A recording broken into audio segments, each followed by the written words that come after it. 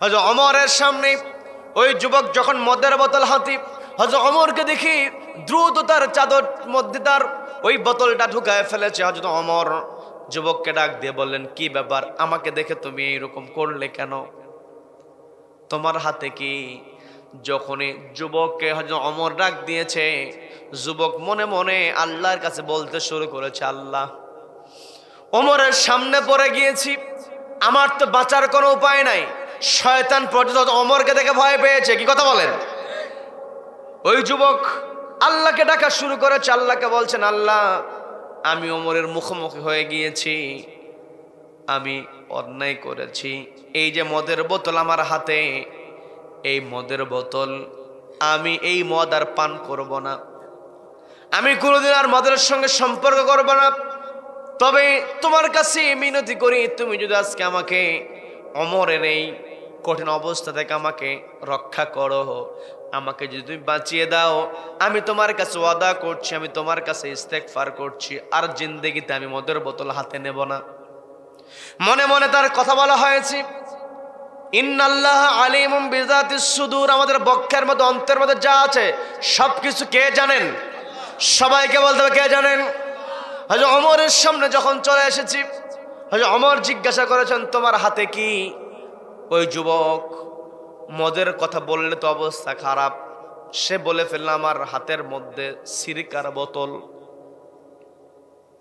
আমার হাতের মধ্যে সিরকার বোতল। এই কথা বলার পরে হযরত ওমর বিশ্বাস করলেন না। হযরত ওমর বলছেন, তুমি বলেছো, তুমি যেহেতু লুকিয়ে রেখেছো, তোমার আস্তিনের মধ্যে রেখে দিয়েছো, চাদরের মধ্যে রেখে দিয়েছো, আমি দেখতে চাই আসলে ওর মধ্যে সিরকা আছে নাকি অন্য কিছু আছে। যখন ওই আল্লাহকে স্মরণ করে ওই মদের বোতলটা বের করেছে, আল্লাহকে ডাকতেছে আর বের করতেছে, আল্লাহকে আবার বলছে, আল্লাহ তুমি রক্ষা করো, আমি আর মদের সঙ্গে সম্পর্ক রাখবো না, আমি আর জিন্দেগিতে মরণ পর্যন্ত কোনো অন্যায় করব না, তুমি আজকের দিনটা আমাকে উদ্ধার করো। যখনই এই কথা বলতে বলতে ওই মদের বোতলটা সামনে নিয়ে এসেছে, যুবক তো অবাক, নিয়ে এসেছিল মদ, হয়ে গেছে সিরকা। বলেন না সুবহানাল্লাহ। এই যে আল্লাহ তওবা কবুল করলেন, তওবা কবুল করলেন, যুবক একেবারে ভালো হয়ে গেল। আউযু বিল্লাহি মিনাশ শাইতানির রাজীম।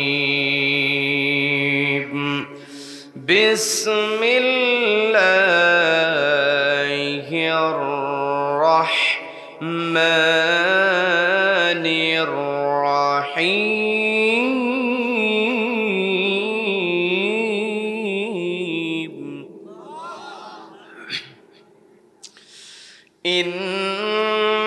ইন্নামাল মুমিনুনা আল্লাযীনা ইযা যুকিরাল্লাহ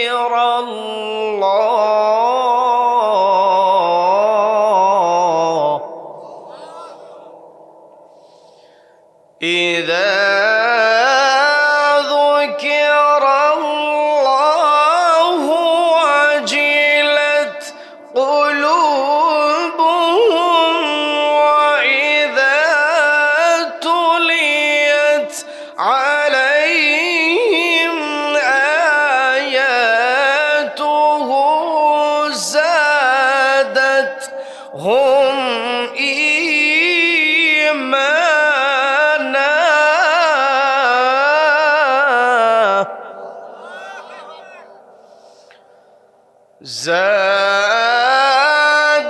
زادتهم إيمانا وعلى ربهم يتوكلون.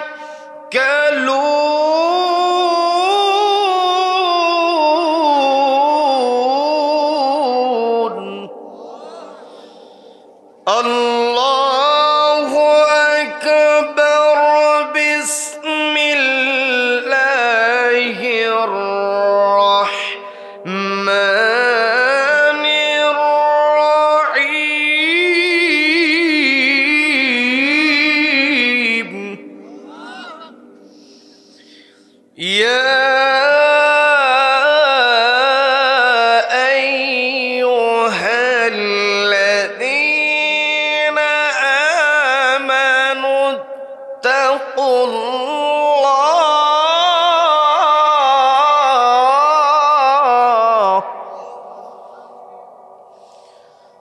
اتقوا الله ولتنظر نفس ما قدمت لغد واتقوا الله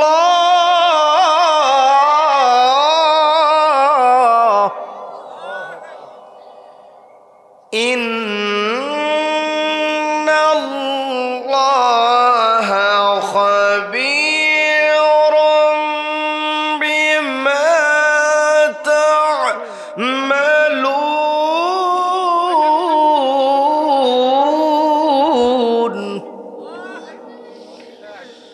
الله أكبر بسم الله الرحمن الرحيم إن الله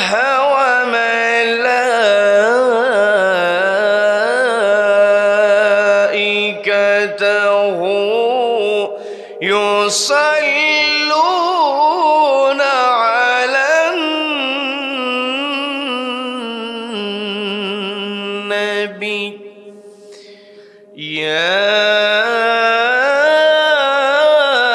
أيها الذين آمنوا صلوا عليه وسلموا تسليما اللهم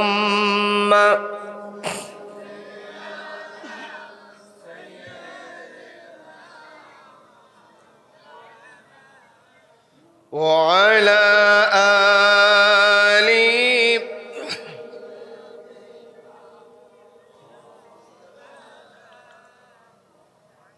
جفل যুগ যুগান্তরে খুশবু ছড়ায় যে ফুল যুগ যুগান্তরে খুশবু ছড়ায় এঁকেছি সে ফুল মোরা এঁকেছি সে ফুল মোরা মনেরি কাবাই যে ফুল যুগ যুগান্তরে খুশবু ছড়ায় আল্লাহুম্মা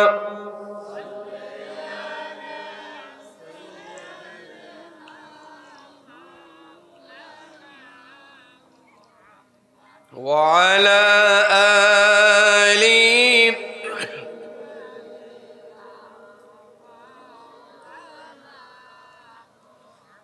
সবাই পড়ুন বালাগাল উলা বিকামালিহি কাশাফাত দুজা বিজামালিহি حسنت جميع خصاله صلوا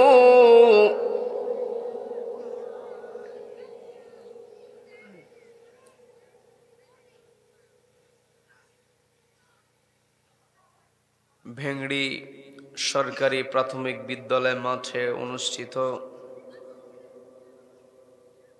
2 দিন ব্যাপী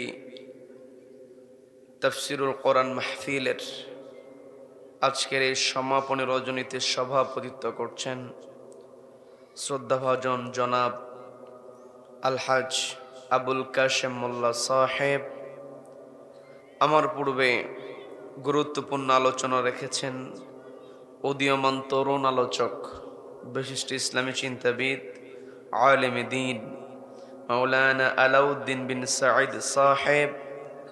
এই মঞ্চে কথা বলেছেন মাওলানা শামীম রেজা সিদ্দিকী সাহেব, কথা বলেছেন মাওলানা মুহাম্মদ তরিকুল ইসলাম সাহেব, মাওলানা মুহাম্মদ আব্দুল মতিন জিহাদি সাহেব সহ আমন্ত্রিত উলামায়ে কেরাম মঞ্চ পরিচালনা রয়েছেন মৌলানা মোহাম্মদ আব্দুর রশিদ সাহেব, প্রধান অতিথি জনাব কে এম আনোয়ার ইসলাম সাহেব সহ বিশেষ অতিথিবৃন্দ।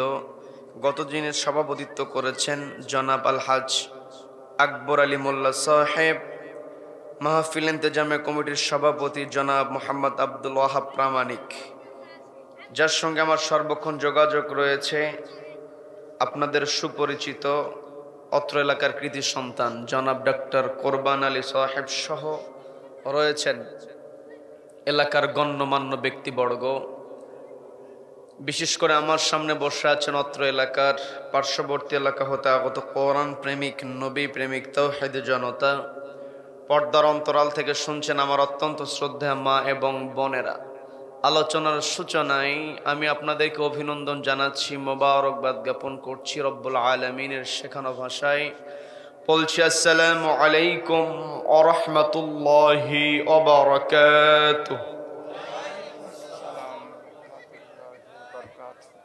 সম্মানিত দিনী ভাইরা, আলোচনায় প্রবেশের পূর্বে আমি জানতে চাচ্ছি আপনারা সকলে কেমন আছেন? রব্বুল আলামিন আমাকেও ভালো রেখেছেন, বলি আলহামদুলিল্লাহ। এই যে আমরা ভালো আছি, আমাদেরকে ভালো রাখার একমাত্র কেবলমাত্র কর্তৃত্ব কার হাতে? আল্লাহর। যে রব্বুল আলামিন আমাদেরকে ভালো রেখে সুস্থ রেখে সারাদিনের হাজারো কর্মব্যস্ততার পর ক্লান্ত শরীর নিয়ে যেই সময়টাতে ঘরের দিকে যাওয়ার কথা, ঠিক সেই সময়টাতে ঘরের আকর্ষণকে প্রত্যাখ্যান করে বিছানার টানকে উপেক্ষা করে যে মহান মুনিব আমাদেরকে কোরআনের ময়দানে আসার বসার এবং কোরআনুল কারীম থেকে কিছু কথা বলা এবং শোনার মতো তৌফিক দান করলেন, সেই মহান মুনিবের দরবারে শুকরিয়া আদায় করে আমরা সকলে একযোগে বলে উঠছি আলহামদুলিল্লাহ। আবারও বলছি আলহামদুলিল্লাহ। আল্লাহু আকবার। লা ইলাহা ইল্লাল্লাহু আল্লাহু আকবার ওয়ালিল্লাহিল হামদ ওয়ালিল্লাহিল হামদ। আমরা কৃতজ্ঞতা আদায় করলাম কার? জীবনের প্রত্যেকটা ক্ষেত্রে প্রশংসা হবে একজনের, তিনি কে?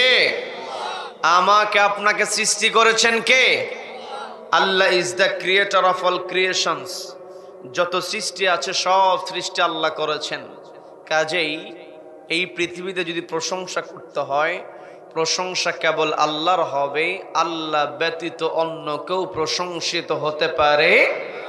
None can be praised, only Allah will be praised. সবাই চিৎকার দিয়ে বলেন আল্লাহু আকবার, আল্লাহু আকবার। এই যে আমরা আল্লাহু আকবার বলে আল্লাহর বরত্বের ঘোষণা দিলাম, আল্লাহু আকবারের স্লোগান দিলাম, এই আল্লাহু আকবারের স্লোগানের সঙ্গে আমার আপনার সম্পর্ক আছে না নেই? এই আল্লাহু আকবারের সঙ্গে আমার আপনার সম্পর্কটা কেমন আপনাদের জানা কথা। আমি যদি আপনাদেরকে একটু স্মরণ করিয়ে দেই বিরক্ত হবেন? সম্মানিত দিনী ভাইরা, এই জায়গায় আমরা যারা বসে আছি সবাই আমরা ছিলাম মায়ের পেটে। কি কথা বলেন? এই মায়ের পেট থেকে আমি আপনি যেই দিন পৃথিবীতে আগমন করলাম, ভূমিষ্ঠ হওয়ার সঙ্গে সঙ্গে মা তার যন্ত্রণা ভুলে গিয়েছে। সন্তানকে জন্ম দিতে গেলে মায়ের কষ্ট আছে না নাই? আমি আপনি পৃথিবীতে এসেছি, যখন পৃথিবীতে আসার সঙ্গে সঙ্গে আমার আপনার কান্নার আওয়াজ যখন মায়ের কানে চলে গিয়েছে, মায়ের সমস্ত যন্ত্রণা মা ভুলে যায়। আবার পরিবারের সদস্যরা যখন জানতে পারে সন্তান ভূমিষ্ঠ হয়েছে, সবাই খুশি, কারণ নতুন মেহমান। কি কথা বলেন? নতুন মেহমানের আগমনে সবাই খুশি। এই সন্তান শুধুমাত্র পরিবারে নতুন অতিথি হিসাবে আগমন করে না, গোটা দুনিয়াতে নবজাতককে মেহমান করে পাঠিয়ে দেন কে? কোথাও কোনো মেহমান হাজির হলে মেহমানকে স্বাগত জানানোর দরকার আছে না নাই? মেহমানকে স্বাগত জানাতে হয়, ওয়েলকাম করতে হয়। স্বাগত যদি না জানানো হয়, ওয়েলকাম যদি না করা হয়, সংবর্ধনা যদি না দেওয়া হয়, মেহমান মন খারাপ করে। কি কথা বলেন? এই যে নবজাতক পৃথিবীতে এসেছে, আল্লাহ পাঠিয়েছেন, এই নবজাতককে কেমন করে সংবর্ধনা দিতে হবে সেটাও শিখিয়ে দিয়েছেন কে? কোন সন্তান ভূমিষ্ঠ সঙ্গে সঙ্গে তাকে স্বাগত জানাতে হয়, ডান কানে আযান দিতে হয়, বাম কানে ইকামত। কি কথা বলেন? ডান কানে যখন আজানের বাক্য, বাম কানে যখন ইকামতের বাক্যগুলো উচ্চারিত হয়, আজান এবং ইকামতের মধ্যে আল্লাহু আকবার স্লোগান আছে না নেই? তার মানে আল্লাহু আকবার স্লোগান শুনিয়ে আমাকে আপনাকে স্বাগত জানানো হয়েছে। এই পৃথিবীতে আমি আপনি যতদিন বেঁচে থাকব, আমার আপনার মূল্য আছে। আমি আপনি যখন হায়াত শেষ হয়ে যাবে, আমার আপনার দেহ থেকে যখন প্রাণ পাখিটা বের করে নেওয়া হবে, রুহটা যখন মালাকুল মউতের নেতৃত্বে বের করে নেওয়া হবে, এই পৃথিবীতে আমি আপনি যত বড় প্রভাবশালী মানুষ হই না কেন, আমি আপনি যত বড় ধনাঢ্য ব্যক্তি হই না কেন, রাষ্ট্রপতি হোক, প্রধানমন্ত্রী হোক, পৃথিবীর সবচাইতে বড় ধনী হোক, মৃত্যুবরণ করার সঙ্গে সঙ্গে তার কোনো মূল্য আর পৃথিবীর মানুষের কাছে থাকে না। আমরা যারা মুসলিম মানুষ যখন মারা যায়, ওই মানুষটাকে পৃথিবীর কোন মানুষ আর মাটির উপর রাখতে চায় না। সবার চিন্তা কত দ্রুত মৃতদেহ কবরস্থ করা যায়। কি কথা বলেন? এই মৃতদেহটাকে কবরস্থ করার জন্য কিছু কাজ আমাকে আপনাকে সম্পন্ন করতে হয়। জীবিত মানুষের জন্য দায়িত্ব নির্ধারণ করে দিয়েছেন কে?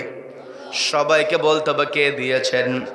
এই যে মৃত ব্যক্তিকে লাশ, এই লাশটাকে কবরস্থ করা হবে, কবর খনন করা হয়, গোসল করানো হয়, কাফন পরানো হয়, সমস্ত প্রস্তুতি সম্পন্ন হওয়ার পরে কবরে যখন লাশটাকে নামানো হবে, তার পূর্বে জীবিত মানুষের জন্য আল্লাহ বাধ্যতামূলক ফরজে কিফায়া, এই যে ফরজে কিফায়ার একটি নামাজ দিয়েছেন, সেই নামাজের নাম কি?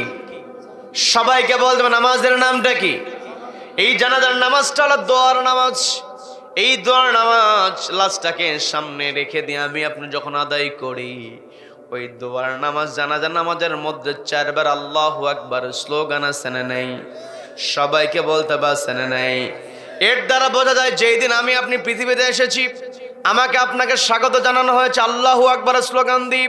আবার আমি আপনি যেই দিন পৃথিবী ছেড়ে চলে যাব, আমাকে আপনাকে বিদায় দেওয়া হবে আল্লাহু আকবার স্লোগান দিয়ে। এর দ্বারা স্পষ্ট হয়ে যায় শুরুতে আল্লাহু আকবারের শেষে আল্লাহু আকবার। যতদিন বেঁচে থাকবো মাঝখানে আমার আপনার একটাই স্লোগান হবে, নারে তাকবীর। সবাই বলেন নারে তাকবীর। এই আল্লাহু আকবারের স্লোগানকে সামনে রেখে চলতে হবে। কি কথা বলেন? যদি আমার আপনার ঈমান থাকে, আমার আপনার ঈমান আছে না নাই? সবাইকে বলতে আছে না নাই? যেই ব্যক্তি নিজেকে ঈমানদার দাবি করবে, ওই ঈমানদার বান্দার এই পৃথিবীতে চলার জন্য রব্বুল আলামিন একটি গাইডলাইন দিয়েছেন। সেই কিতাবের নাম কি? সবাই একটু কষ্ট করে বলেন, কিতাবের নাম কি? এই আল কোরআন রব্বুল আলামিন আমাকে আপনাকে দিয়েছেন তিবিয়ানান লিকুল্লি শাই। আমার আপনার জন্য যা যা দরকার সবকিছু রব্বুল আলামিন দিয়েছেন। এই পৃথিবীতে আমি আপনি এসেছি, আমি আপনি শুধুমাত্র মুখেই ঈমান এনেছি বললেই হবে না। মুখে স্বীকার করলাম, কাজে বাস্তবায়ন করার দরকার আছে না নাই? আমার আপনার ভিতরে মুমিন বান্দার বৈশিষ্ট্য, ঈমানদার বান্দার বৈশিষ্ট্য থাকার দরকার আছে না নাই? আমি আমার আলোচনার সূচনায় পবিত্র কোরআনের 8 নম্বর সূরা, সবাইকে বলতে হবে কত নম্বর সূরা? সবাই একটু কষ্ট করে বলেন কত নম্বর সূরা? 8 নম্বর সূরা, সূরা আনফালের 2 নম্বর আয়াতে কারিমা তেলাওয়াত করেছি। যে আয়াতে আল্লাহ মুমিন বান্দার 3টা বৈশিষ্ট্যের কথা বলেছেন। সবাইকে বলতে হবে কয়টা বৈশিষ্ট্য? সবাই বলেন কয়টা? গোটা কোরআনের বিভিন্ন জায়গায় মুমিন বান্দার বিভিন্ন বৈশিষ্ট্য আল্লাহ তুলে ধরেছেন। আর সূরা আনফালের 2 নম্বর আয়াতে আল্লাহ বলছেন, ইন্নামাল মুমিনুনা আল্লাযীনা ইযা যুকিরাল্লাহু وجلت قلوبهم وإذا تليت عليهم آياته زادتهم إيمانا وعلى ربهم يتوكلون।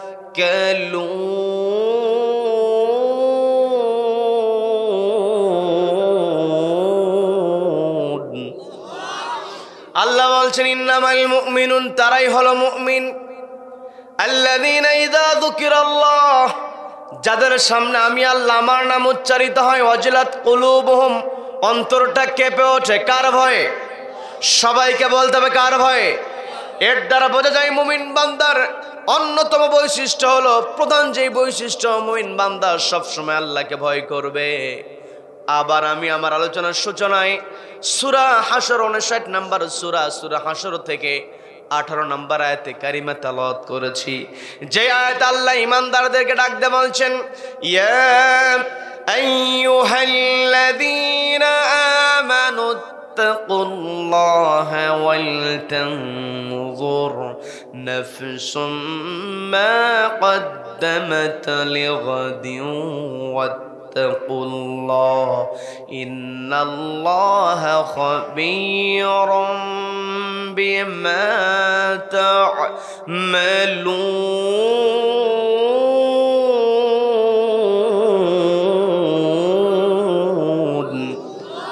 আল্লাহ শুধু ঈমানদারদেরকে ডাক দিয়ে বলছেন, ইয়া আইয়ুহাল্লাযীনা আমানু, ওহে যারা ঈমান আনয়ন করেছো, ইত্তাকুল্লাহ, ভয় করো কাকে? সবাইকে বলতে ভয় করো কাকে? আল্লাহকে ভয় করতে হবে। আল্লাহ বলেন ইত্তাকুল্লাহ, আমি আল্লাহ, আমাকে ভয় করো। ওয়াল তানজুর নাফসুম মা কদ্দামাত লিগাদ, প্রত্যেকটা নাফসের চিন্তা করা উচিত, নজর করা উচিত। ওয়াল তানজুর নাফসুন, প্রত্যেকটা নাফসের নজর করা উচিত, চিন্তা করা উচিত। মা কদ্দামাত লিগাদ, আগামী দিনের জন্য সে কি জমা করছে।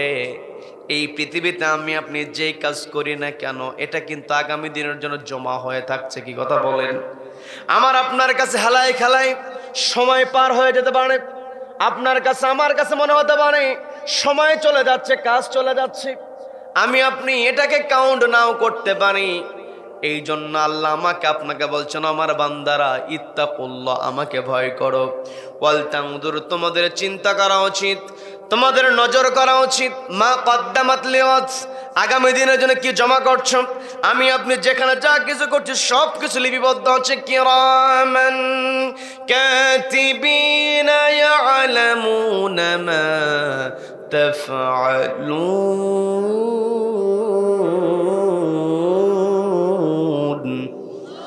সম্মানিত লেখক দয় আমার আপনার কাঁধের উপর সবকিছু লিখছে।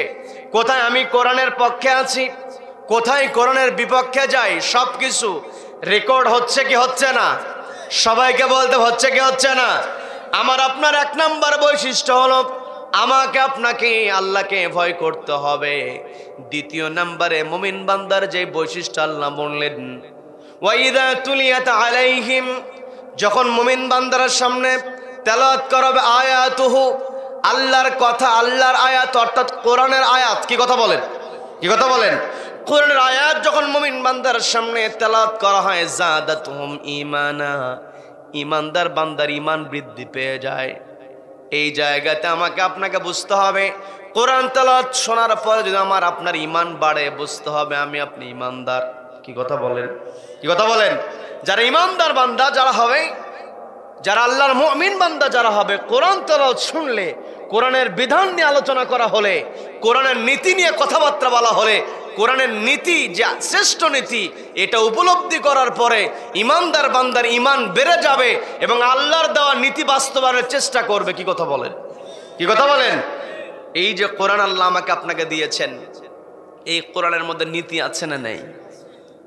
এই কোরআনে যে নীতি আছে, এই নীতির চাইতে শ্রেষ্ঠ নীতি পৃথিবীতে আর একটাও হতে পারে? কোরআনের নীতি হলো শ্রেষ্ঠ নীতি। শ্রেষ্ঠত্ব বোঝানোর জন্য আমি আপনি আমার আপনার ভাষার মধ্যে কিছু শব্দ ব্যবহার করি, সেটা যে ভাষারই শব্দ হোক না কেন। আমি আপনি যখন শ্রেষ্ঠত্ব বোঝাই, ইংরেজিতে সুপারলেটিভ ডিগ্রি ব্যবহার করা হয়, সর্বোচ্চ শব্দ ব্যবহার করা হয়। আবার বাংলাতে আমি আপনি কোনো কিছুর শ্রেষ্ঠত্ব বোঝানোর জন্য কিছু কিছু শব্দ সামনে পিছনে বসায় দেই। ওগুলো ভাষাগত কথা, বিস্তারিত সেই দিকে যাব না, সহজে বোঝানোর জন্য বলছি। এই যে আমি যে বসে আছি একটা সোফার ওপরে, রাজা যেই চেয়ারে বসে সেটাকে বলা হয় সিংহাসন। রাজার সিংহাসন শ্রেষ্ঠ সিংহাসন হওয়ার কারণে বলা হয় রাজ সিংহাসন। কি কথা বলেন? একটা দেশের রাজা যেই চেয়ারে বসে এই চেয়ারের চাইতে বড় শ্রেষ্ঠ চেয়ার আর আছে? এই শ্রেষ্ঠত্ব বোঝানোর জন্য যদি বলা হয় রাজসিংহাসন, সবাই বুঝে যায় এই চেয়ারে একমাত্র রাজা বসবে, এই চেয়ার শ্রেষ্ঠ চেয়ার। কি কথা বলেন? আচ্ছা, রাজা যে প্রাসাদে বসবাস করে সেই প্রাসাদকে বলা হয় রাজপ্রাসাদ, কারণ রাজার প্রাসাদটাই শ্রেষ্ঠ প্রাসাদ হয়। আবার রাজপ্রাসাদ যেই মিস্ত্রি ভাইয়েরা তৈরি করে সেই মিস্ত্রিদেরকে কি বলা হয়? রাজমিস্ত্রি। তাহলে মিস্ত্রির শ্রেষ্ঠ হলে, শ্রেষ্ঠ মিস্ত্রি হলে হয় তাকে বলা হয় রাজমিস্ত্রি। শ্রেষ্ঠ প্রাসাদ হলে বলা হয় রাজপ্রাসাদ, শ্রেষ্ঠ সিংহাসন হলে হয় রাজসিংহাসন, শ্রেষ্ঠ নীতি হলেই হবে রাজনীতি। কি আমার কথা বুঝতে কষ্ট হচ্ছে আপনাদের? তার মানে কোরআনের যে নীতি আছে এটাই হচ্ছে রাজনীতি। কি কথা বলেন? কারণ এই পৃথিবীতে যত নীতি আছে প্রত্যেকটা নীতির শ্রেষ্ঠ নীতি হলো কোরআনের নীতি। কাজে এই কোরআনের নীতি দিয়ে আমাকে আপনাকে রাষ্ট্র পরিচালনা করতে হবে। এটাই হচ্ছে ইমানদার বান্দার স্পিড। কথা বলেন ঠিক কিনা? ইমানদার বান্দার ইমান কখন বেড়ে যাবে? যখন আমার আপনার সামনে, কি আমার কথা বুঝতে কষ্ট হচ্ছে আপনাদের? আমার আপনার কোরআনে যে রাজনীতি আছে এটা বোঝার জন্য খুব বেশি কোরআন আমাকে আপনাকে পড়তে হবে না।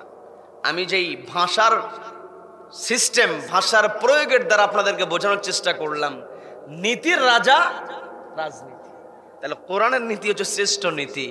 আমি আপনি যতই চেষ্টা করি না কেন, যত চেষ্টাই করি না কেন মানুষকে ন্যায়ের পথে রাখতে, যত চেষ্টাই থাকুক না কেন মানুষ অন্যায় করবে।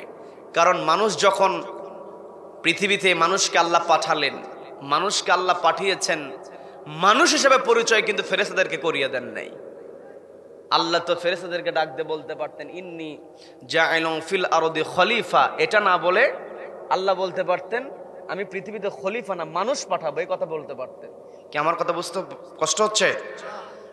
আবার আমি আপনি আল্লাহর শ্রেষ্ঠ সৃষ্টি, আল্লাহ সুন্দর করে বলছেন ওয়ালাকাদ কাররামনা বনি আদম ওয়া হামালনাহুম ফিল বাররি ওয়াল বাহরি ওয়া রাযাকনাহুম মিনাত তাইয়্যিবাত।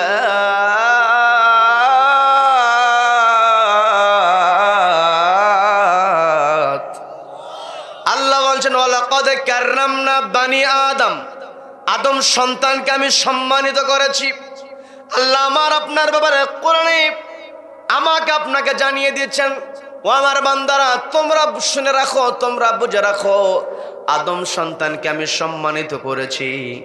এই জায়গাতে আল্লাহ আমাকে আপনাকে ইনসান বলেন নাই, মানুষ বলেন নাই, নাস বলেন নাই, আদম সন্তান বলেছেন। আবার ফেরেশতাদেরকে আল্লাহ যখন ডাক দিয়ে বললেন ইন্নী জাইলুন ফিল আরদি খলিফা, পৃথিবীতে আমি আমার প্রতিনিধি পাঠাবো, খলিফা পাঠাবো। খলিফা শব্দ আল্লাহ ব্যবহার করেছেন। সবাই একটু কষ্ট করে বলেন তো কি শব্দ? সবাই বলেন কি শব্দ? আল্লাহ এই জায়গায় খলিফা শব্দ ব্যবহার করার কারণ আছে। কি কথা বলেন? কারণ খলিফা যে হয়, প্রতিনিধি যে হয়, তার কিছু দায়িত্ব আছে।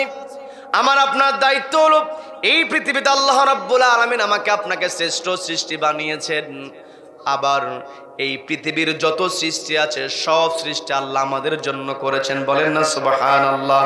পবিত্র কোরআন সুন্দর করে জানি আল্লাযী খালাকা লাকুম মা ফিল আরদি জামিআ,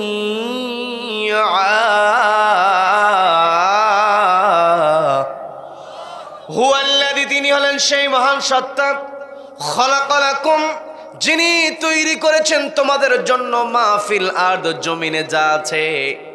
এই জায়গায় অনেক ওলামায়ে কেরাম আছেন, আমার সামনে ওলামায়ে কেরাম বসে আছেন, তারা সহজেই বুঝবেন। আল্লাহ যদি বলতেন মাহফিল আরদ, জমিনে যা আছে, এইটুকু বললে অর্থ শেষ হয়ে যেত, অর্থের একটা পূর্ণতা পাওয়া যেত। কিন্তু আল্লাহ আরো স্পেসিফিক করে বলছেন মাহফিল আরদি জামিআ, এই পৃথিবীর যা আছে তার সবকিছু আমি তোমাদের জন্য তৈরি করেছি। বলেন না সুবহানাল্লাহ। সবকিছু আল্লাহ আমাদের জন্য তৈরি করেছেন, কারণ আমরা হলাম আল্লাহর খলিফা। কি কথা বলেন? কি কথা বলেন? আল্লাহর খলিফা হিসেবে আমার আপনার দায়িত্ব পালন করতে হবে। কোরআনের মধ্যে যেই নীতি আছে এই নীতিকে শুধুমাত্র কোরআনের পাতায় রাখলে হবে না, সমাজের পাতায়, রাষ্ট্রের পাতায় বাস্তবায়ন করার দরকার আছে না নাই? আমার দেশে দুর্নীতি আছে, অন্যায় আছে। আল্লাহ রাব্বুল আলামিন আমাকে আপনাকে আবার ডাক দিয়ে বলছেন পবিত্র কোরআনের 3 নম্বর সূরা সূরা আল ইমরানের 110 নম্বর আয়াতে আল্লাহ বলছেন, কুনতুম খায়রা উম্মাতিন উখরিজাত লিন-নাসি তা'মুরুনা বিল মা'রুফি ওয়া তানহাউনা আনিল মুনকারি ওয়া তু'মিনুনা বিল্লাহ।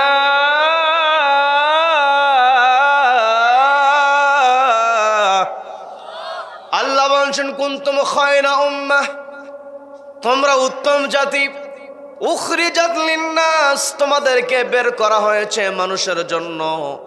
তার মানে আমি আপনি যদি আল্লাহর কাছে উত্তম হতে চাই, ভালো হতে চাই, খয়র হতে চাই, আমি আপনি আল্লাহর কাছে ভালো হতে হলে উখরিজাত লিন-নাস, আমাকে আপনাকে যে মানুষের জন্য বের করা হয়েছে, মানুষের জন্য আমাকে আপনাকে কাজ করতে হবে। কি কথা বলেন? মানুষের জন্য যদি আমি আপনি কাজ করতে পারি তবে আমি আপনি শ্রেষ্ঠ হতে পারবো। এই পৃথিবীতে একাকী ইবাদত করে পার পাওয়ার কোনো সুযোগ নেই। ব্যক্তিগত জীবনের জন্য শুধুমাত্র ইসলাম দেওয়া হয় নাই, ইসলাম পালন করতে ব্যক্তিগত জীবনে, পারিবারিক জীবনে, সামাজিক জীবনে, রাষ্ট্রীয় জীবনে, আন্তর্জাতিক অঙ্গনে। কি কথা বলেন? কি কথা বলেন? তবে কষ্ট নিয়ে বলতে হয়, কোরআন কি আল্লাহর কিতাব বলে মুখে স্বীকার করে দেখা যায়, কিন্তু যখনই বলা হয় রাষ্ট্রটাকে পরিচালনা করতে হবে কোরআন দিয়া, এই কথা বললে অনেকে আবার আপত্তি শুরু করে দেয়। কি কথা বলেন? কোরআনটাকে আল্লাহ দিলেন, আল্লাহ বলছেন কুনতুম খায়রা উম্মাহ, তোমরা উত্তম জাতি, উখরিজাত লিন-নাস, তোমাদেরকে বের করা হয়েছে মানুষের জন্য, মানুষের তরে তোমরা কাজ করবে। মানুষের তরে যদি আমি আপনি কাজ করতে চাই, আমার আপনার 1 নাম্বার কর্মসূচি হবে তা'মুরুনা বিল মা'রুফ, সৎ কাজের আদেশ দিতে হবে। এই জায়গায় আল্লাহ বললেন তা'মুরুনা বিল মা'রুফ, সৎ কাজের আদেশ দাও। এই জায়গাতে আল্লাহ অর্ডার দিয়েছেন আদেশ দেওয়ার। এই আদেশ দেওয়া অর্ডারের মধ্যে সৎ কাজ করতে হবে, সেই অর্ডারটা অটোমেটিক চলে আসে। কারণ আমি আপনি কোন কাজের জন্য যদি কাউকে অর্ডার করি, সেই কাজটাকে নিজে করতে হবে। কথা বলেন? নিজে যেই কাজটা করি না, ওই কাজের জন্য মানুষকে যদি অর্ডার করি, ওই মানুষ পাল্টা বলবে আগে নিজের চরকায় তেল দাও। কি কথা বলেন? কি কথা বলেন? এই জায়গায় আল্লাহ বলেন তা'মুরুনা বিল মা'রুফ, সৎ কাজের আদেশ দাও, ওয়া তানহাউনা আনিল মুনকার, অসৎ কাজে বাধা প্রদান করো। অসৎ কাজে বাধা যদি আমি আপনি প্রদান করতে চাই, আমার আপনার নিয়ম তৈরি করতে হবে, যারা অসৎ কাজ করবে তাদেরকে শাস্তির আওতায় আনতে হবে। কি কথা বলেন? অন্যায় যদি আমি আপনি দূর করতে চাই, অন্যায়কারীর শাস্তি বাস্তবায়নের দরকার আছে না নাই? আমার দেশে অন্যায় আছে না নাই? কম না বেশি? চুরি আছে না নাই? কম না বেশি? দিন দিন চুরি বাড়তেছে না কমতেছে? সবাই একটু বলেন, বাড়তেছে না কমতেছে? বাড়তেছে।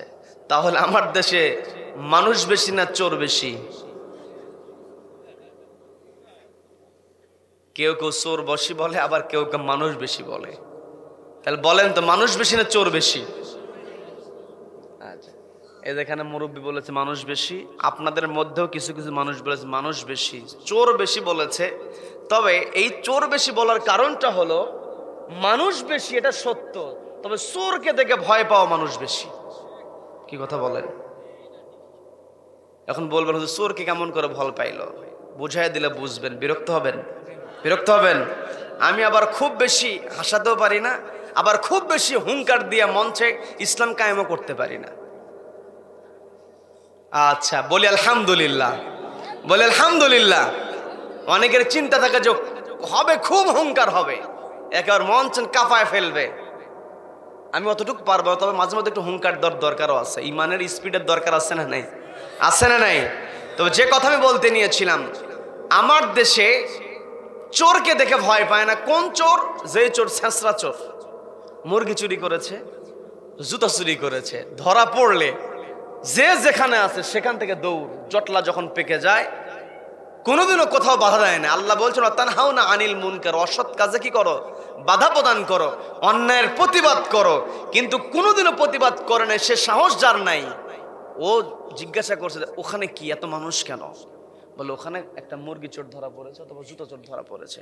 ও চিন্তা করছে সারা জীবন তো কাউকে কিছু বলার সাহস নাই, কাউকে মারবো কেমন, ওর সাহসই তো আমার নাই। তবে যেহেতু আজকে মুরগি চোর একটা ধরা পড়ছে, সুযোগ একখান পাইছি, 2টা থাপ্পড় ও গিয়ে মারে। কি কথা বলেন? তার মানে জুতা চোর যেখানে আছে, ছেঁচড়া চোর যেখানে আছে, সেখানে আমি আপনি সাহসী হয়ে সেখানে প্রতিবাদ করি। কিন্তু কলমের খোঁচা দিয়া লক্ষ লক্ষ টাকা আত্মসাৎ যেই চোরেরা করে, ওই চোর সামনে আসলে জানার পরও মার দেওয়া তো দূরের কথা, সালাম দিতে আমার হুঁশ থাকে না। কি কথা বলেন? আজকে আমি আপনি অন্যায়ের প্রতিবাদ যে করতে হবে, এটা যে আমার আপনার দায়িত্ব ভুলে গিয়েছি। আমি আপনি স্বীকার করে যে আমরা আল্লাহর গোলাম, এটা সবাই স্বীকার করে। এই জন্য নিয়মিত নামাজ না পড়লো সপ্তাহে একদিন, ঈদের দিন একদিন, শুক্কুর আলী আছে, ঈদ আলী আছে, আবার মধ্যে আলী আছে, জানাজা আলীও আছে। কি কথা বলেন? জোহরের নামাজের পরে জানাজা, কিন্তু জোহরের নামাজই পড়ে নাই, জানাজায় নামাজে অংশগ্রহণ করে, আছে না নাই? আচ্ছা, তাহলে এবাদত বান্দা হিসাবে, যে আল্লাহর বান্দা, সেই হিসাবে মাঝে মধ্যে একটু এবাদতে হাজিরা দেয়। কিন্তু আমার আপনার যে আরেকটা গুরুত্বপূর্ণ পরিচয়, আমি আপনি একজনের খলিফা, তিনি কে? সবাইকে বলতে হবে তিনি কে? এবাদতকারী হিসাবে হয়তো আমার আপনার আমল নামায় কিছু এবাদত যুক্ত আছে, কিন্তু খলিফা হিসাবে, প্রতিনিধি হিসেবে যে দায়িত্ব পালন করা দরকার, ওই দায়িত্বের আমল যদি আমার আপনার আমল নামায় না থাকে, যতই এবাদত করি না কেন, একাকে এবাদত করে পার পর কোনো সুযোগ নাই। আমার আপনার নবীজিকে বলা হয়েছিল, তোমাকে চেয়ার দেওয়ার দরকার, তোমাকে চেয়ার দেওয়া হবে। তুমি ক্ষমতা চাইলে তোমাকে সর্বোচ্চ চেয়ারে বসানো হবে। তুমি সুন্দরী নারী চাইলে তোমাকে সুন্দরী নারী দেওয়া হবে। তুমি অর্থ চাইলে তোমাকে অর্থ দেওয়া হবে। তবে শর্ত হলো তুমি তোমার ইবাদতটা একা করো, আমাদের বিরুদ্ধে কোনো কথা বলো না। নবীজি বললেন, আমার এক হাতে চন্দ্র আর এক হাতে সূর্য যদি দেওয়া হয়, আমি বলে যাব লা ইলাহা ইল্লাল্লাহ, আল্লাহর বিধান ছাড়া অন্য কোনো বিধান চলতে পারে না। কথা বলেন ঠিক কিনা?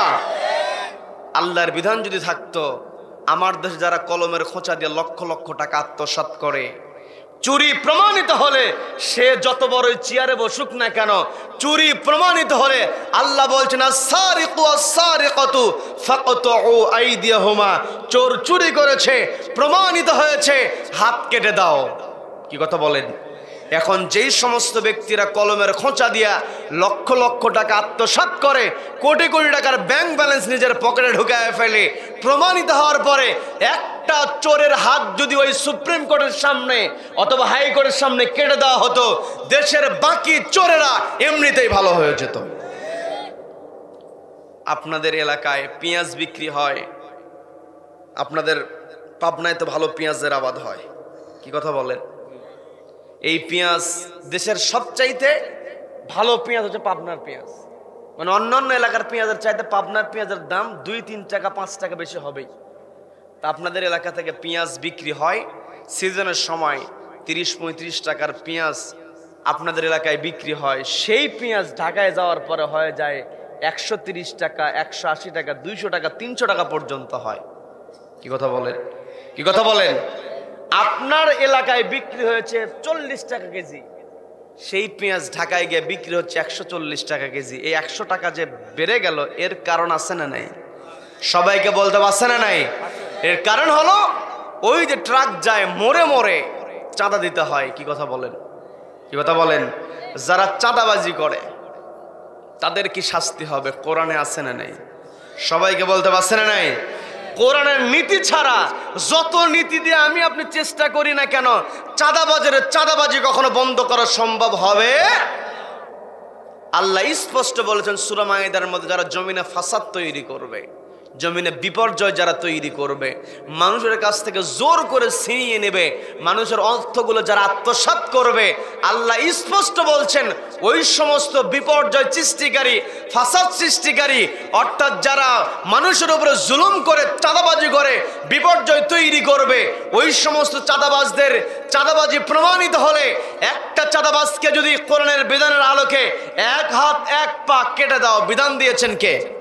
সবাইকে বলতে বিধান দিয়েছেন কে?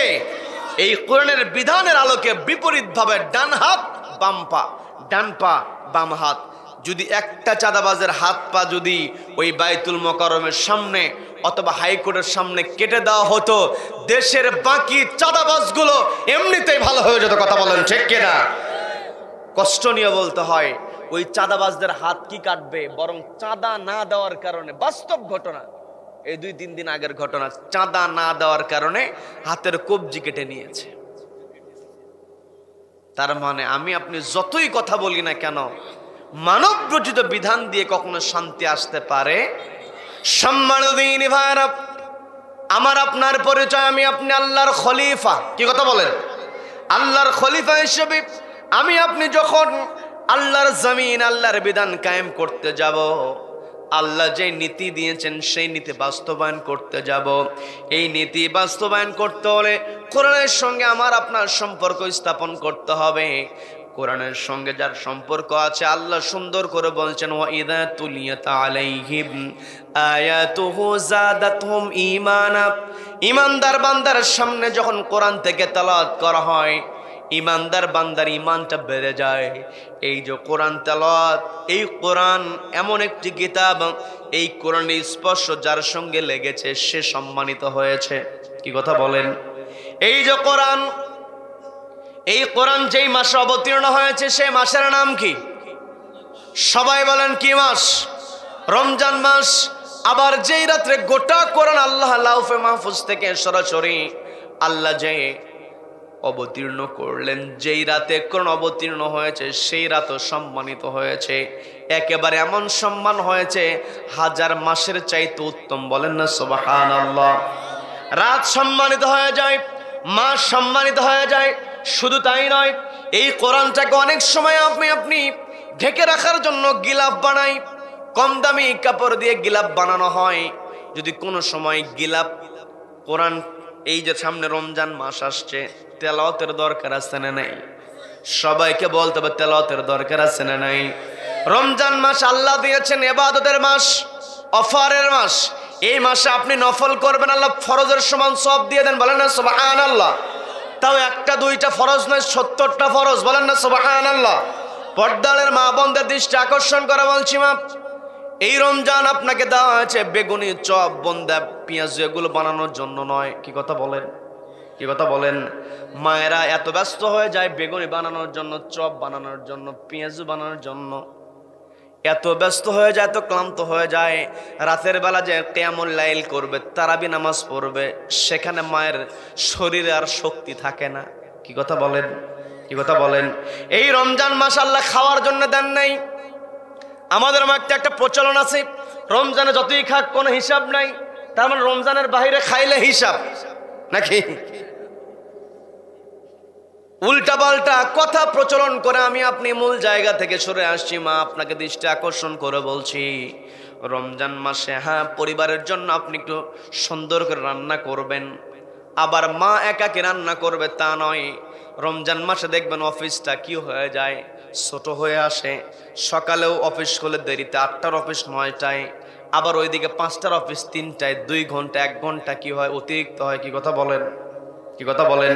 এই যে অতিরিক্ত সময়, আপনি বাড়িতে আসলেন, আপনি 5 মিনিট 10 মিনিট সময় পান পরিবারে, আপনার স্ত্রীকে সহযোগিতা করেন, আপনার মাকে সহযোগিতা করেন।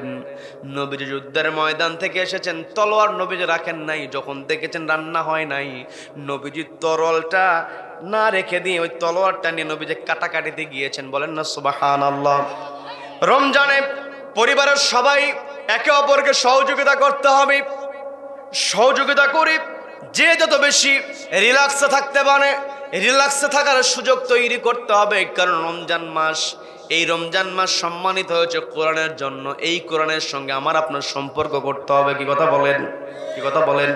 রমজানের সঙ্গে সম্পর্ক করে, কোরআনের সঙ্গে সম্পর্ক করে আমার আপনার ইমানটাকে চাঙ্গা করতে হবে। যখন আমার আপনার ইমান চাঙ্গা হয়ে যাবে, 3 নম্বরে যে বৈশিষ্ট্য আমি বলেছিলাম, সূরা আনফালের 2 নম্বর আয়াত আল্লাহ 3টা বৈশিষ্ট্য বলেছেন। সবাইকে বলতে হবে কয়টা বৈশিষ্ট্য? 1 নম্বর হলো ওয়াজিলাত কুলুবুহুম, অন্তরটা কেঁপে উঠবে আল্লাহর ভয়, অর্থাৎ আল্লাহর ভয়। 2 নম্বর যাদাতুহুম ঈমানা, কোরআন তেলাওয়াতের দ্বারা ঈমান বেড়ে যাবে। ঈমান যখন বেড়ে যাবে, ওয়া আলা রাব্বিহিম ইয়াতাওয়াক্কালুন, মুমিন বান্দা তাওয়াক্কুল করবে কার উপরে? আল্লাহর উপরে তাওয়াক্কুল করতে পারলেই কেবল আমি আপনি খলিফা হিসেবে দায়িত্ব পালন করতে পারবো। কি কথা বলেন?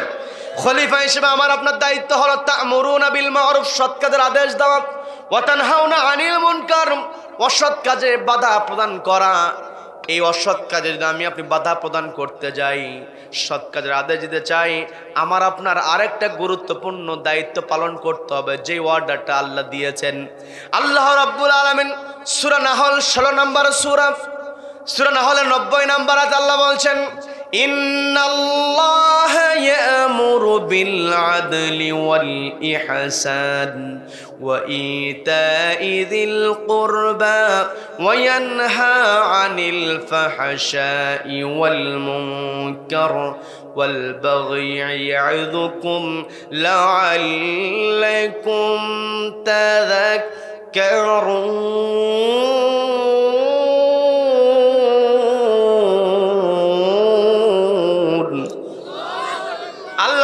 ইন্নাল্লাহা ইয়া'মুরু বিল আদল ওয়াল ইহসান। এই আয়াতের সঙ্গে আমার আপনার একটা সম্পর্ক আছে।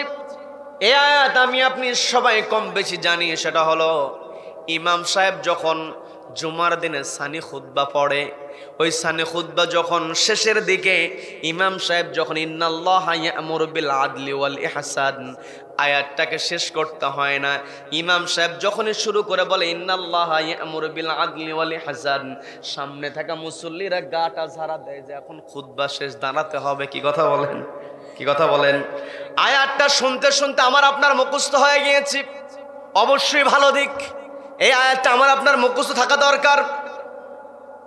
আমি আপনি মুখস্থ করেছি, অনেকের মুখস্থ না থাকলেও পরিচিত হয়েছে, অনেকের ঠোঁটস্থ হয়েছে। শুধুমাত্র আয়াতটা ঠোঁটস্থ করলে হবে না, মুখস্থ করলে হবে না। এই আয়াতে আল্লাহ যে অর্ডার দিয়েছেন সেই অর্ডার আলোকে আমাকে আপনাকে চলতে হবে। কি কথা বলেন? আল্লাহ বলছেন তা'মুরুনা বিল মা'রুফ, তোমরা সৎ কাজের আদেশ দাও। আল্লাহ আমাদেরকে বলছেন সৎ কাজের আদেশ দাও। আর আল্লাহ নিজেই সরাসরি বলছেন ইন্নাল্লাহা ইয়া'মুরু বিল আদল, আমি আল্লাহ তোমাদেরকে অর্ডার দিলাম তোমরা ন্যায় বিচার প্রতিষ্ঠা করো। কি কথা বলেন? ন্যায় বিচার যদি আমি আপনি প্রতিষ্ঠা করতে পারি, আমার আপনার জন্য সৎ কাজের আদেশ দেওয়া, অসৎ কাজে বাধা প্রদান করা সহজ হবে। কারণ যে সমাজে ন্যায় বিচার আছে সেই সমাজে যারা চেয়ারে বসবে তারা সবসময় ওয়াদা পালন করবে। কি কথা বলেন? কি কথা বলেন? আজকে আমি আপনি যতই চেষ্টা করি না কেন, গুরুত্বপূর্ণ চেয়ারে যারা বসবে তাদেরকে অবশ্যই ওয়াদা পালনকারী হতে হবে, তাদেরকে অবশ্যই চেয়ারটাকে আমানত মনে করতে হবে। কি কথা বলেন? কি কথা বলেন? এই চেয়ারটা বড় আমানতের জায়গা। এই চেয়ারে যদি আমার আপনার বসার সুযোগ হয়ে যায়, আল্লাহ যদি চেয়ারে বসার সুযোগ দিয়ে দেন, ওই চেয়ারে বসে আমাকে আপনাকে মানতে হবে একটি কিতাব। সবাইকে বলতে হবে কিতাবের নাম কি, সবাইকে বলতে হবে কিতাবের নাম কি। আর আল্লাহ যদি আমাকে আপনাকে সরাসরি নেতৃত্বের জায়গায় না বসায়, তাহলে এমন নেতৃত্ব আমার আপনার তৈরি করতে হবে, এমন নেতৃত্ব আমাকে আপনাকে গঠন করতে হবে যেই নেতৃত্বে বসার পরে কোরআন মানা হয়। কি কথা বলেন? কি কথা বলেন? আমার আপনার দায়িত্ব, আমি আপনি আল্লাহর খলিফা, আমাকে আপনাকে ন্যায় বিচার প্রতিষ্ঠার জন্য এমন মানুষকে বাছাই করতে হবে চেয়ারে যারা বসার পরে কখনো মিথ্যা কথা বলবে না। তাই বড় দুঃখ নিয়ে বলতে হয়, আমার দেশে যার চেয়ার যত বড় হয় সে তত বেশি মিথ্যা কথা বলে। কি কথা বলেন? এই কথাগুলো বললে হুজুরেরা খারাপ হয়ে যায়। কি কথা বলেন? যখন হুজুরেরা রাষ্ট্র সংস্কারের কথা বলে, কোরআনের নীতি বাস্তবায়নের কথা বলে, তখন এক শ্রেণীর মানুষ বলে যে হুজুরেরা কথা বলবে হচ্ছে মসজিদের মধ্যে নামাজ পড়াবে, কোরআন তেলাওয়াত করবে, হুজুরেরা কেন রাষ্ট্র পরিচালনার কথা বলে? এমন কথা বলার লোক আছে না নাই? আছে না নাই? অথচ আল্লাহ আমাকে আপনাকে বলে দিয়েছেন লাকাদ কানা লাকুম ফি রাসূলিল্লাহি উসওয়াতুন হাসানা, নিশ্চয় রাসূলের মধ্যে দেওয়া হয়েছে তোমাদের জন্য উত্তম আদর্শ। আমার আপনার সর্বশ্রেষ্ঠ আদর্শ হলেন বিশ্বনবী জনাবে মুহাম্মদুর রাসূলুল্লাহ সাল্লাল্লাহু আলাইহি ওয়াসাল্লাম। নবীজির আদর্শ আমাকে আপনাকে মানতে হবে। নবীজির আদর্শ মেনে আমরা দাঁড়িয়ে রেখেছি, নবীজির আদর্শ মেনে আমরা লম্বা জামা পরি, নবীজির আদর্শ মেনে আমরা মাথায় টুপি দেই। তবে এই সহজ কাজগুলো আমরা করতে আমাদের কোনো সমস্যা হয় না। আমি আবার এই সহজ কাজগুলোকে ছোট করে দেখছি না, আমি বোঝানোর চেষ্টা করছি সহজ যেটা আমার আপনার সেটাও করতে হবে, কঠিন যেটা সেটাও করতে হবে। নবীজির সুন্নাত মানা হবে। কেউ খাস সুন্নাতের কথা বলে, নিজেকে সুন্নি দাবি করে, আহলে হাদিস দাবি করে, আহলে সুন্নাত ওয়াল জামাত দাবি করে, সবাই নবীজির সুন্নাতের কথা বলে, হাদিসের কথা বলে, কিন্তু নবীজি যে রাষ্ট্রীয় চেয়ারে বসে কোরআন থেকে বিচার করেছেন, ফয়সালা দিয়েছেন, এই ফয়সালায় কেউ পৌঁছাতে চায় না। কথা বলেন ঠিক কিনা? নবীজির সুন্নাত, নবীজির সুপারিশ পাওয়া এত সহজ নয়। নবীজি কোরআনের বিধান বাস্তবায়নের জন্য নবীজিকে মক্কা থেকে মদিনায় হিজরত করতে হয়েছে। কি কথা বলেন? আমার পূর্বে আলাউদ্দিন ইবনে সাইদ ভাই তিনি আপনাদেরকে শুনিয়েছেন, ওই আয়াতটা আমি আস্তে আস্তে শুনলাম যে নবীজিকে কোরআনের দাওয়াত দেওয়ার কারণে নবীজিকে লিউস বিতুক, নবীজিকে বন্দি অবস্থায় রেখে দেওয়া হয়েছিল। কি কথা বলেন? কি কথা বলেন? যত এবার বিপত্তি আসুক না কেন, এই জন্য আল্লাহ 3 নাম্বার বৈশিষ্ট্য বললেন, ওয়ালা রাব্বিহিম ইয়াতাওয়াক্কালুন। মুমিন বান্দা যারা হবে একমাত্র আল্লাহর উপরে তাওয়াক্কুল করবে। যারা আল্লাহর উপরে তাওয়াক্কুল করে তারা জানে এই পৃথিবীতে একমাত্র ক্ষমতাবান একজন তিনি কে। সবাইকে বলতে হবে ক্ষমতাবান একজন তিনি কে। আল্লাহ সুন্দর করে বলছেন, কুলিল্লাহুম্মা মালিকাল মুলকি তুতিল মুলকা মা তাশাউ ওয়া তানজিউল মুলকা মিম্মা তাশাউ ওয়া তুইজ্জু মা তাশাউ ওয়া তুযিল্লু মা তাশাউ বিয়াদিকাল খায়র।